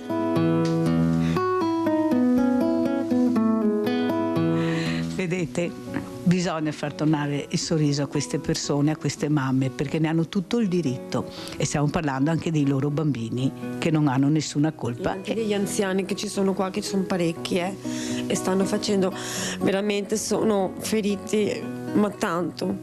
Io li vedo, perché sono come dei genitori per me le persone anziane che abitano qua e vi dico, poverini, stanno soffrendo tanto.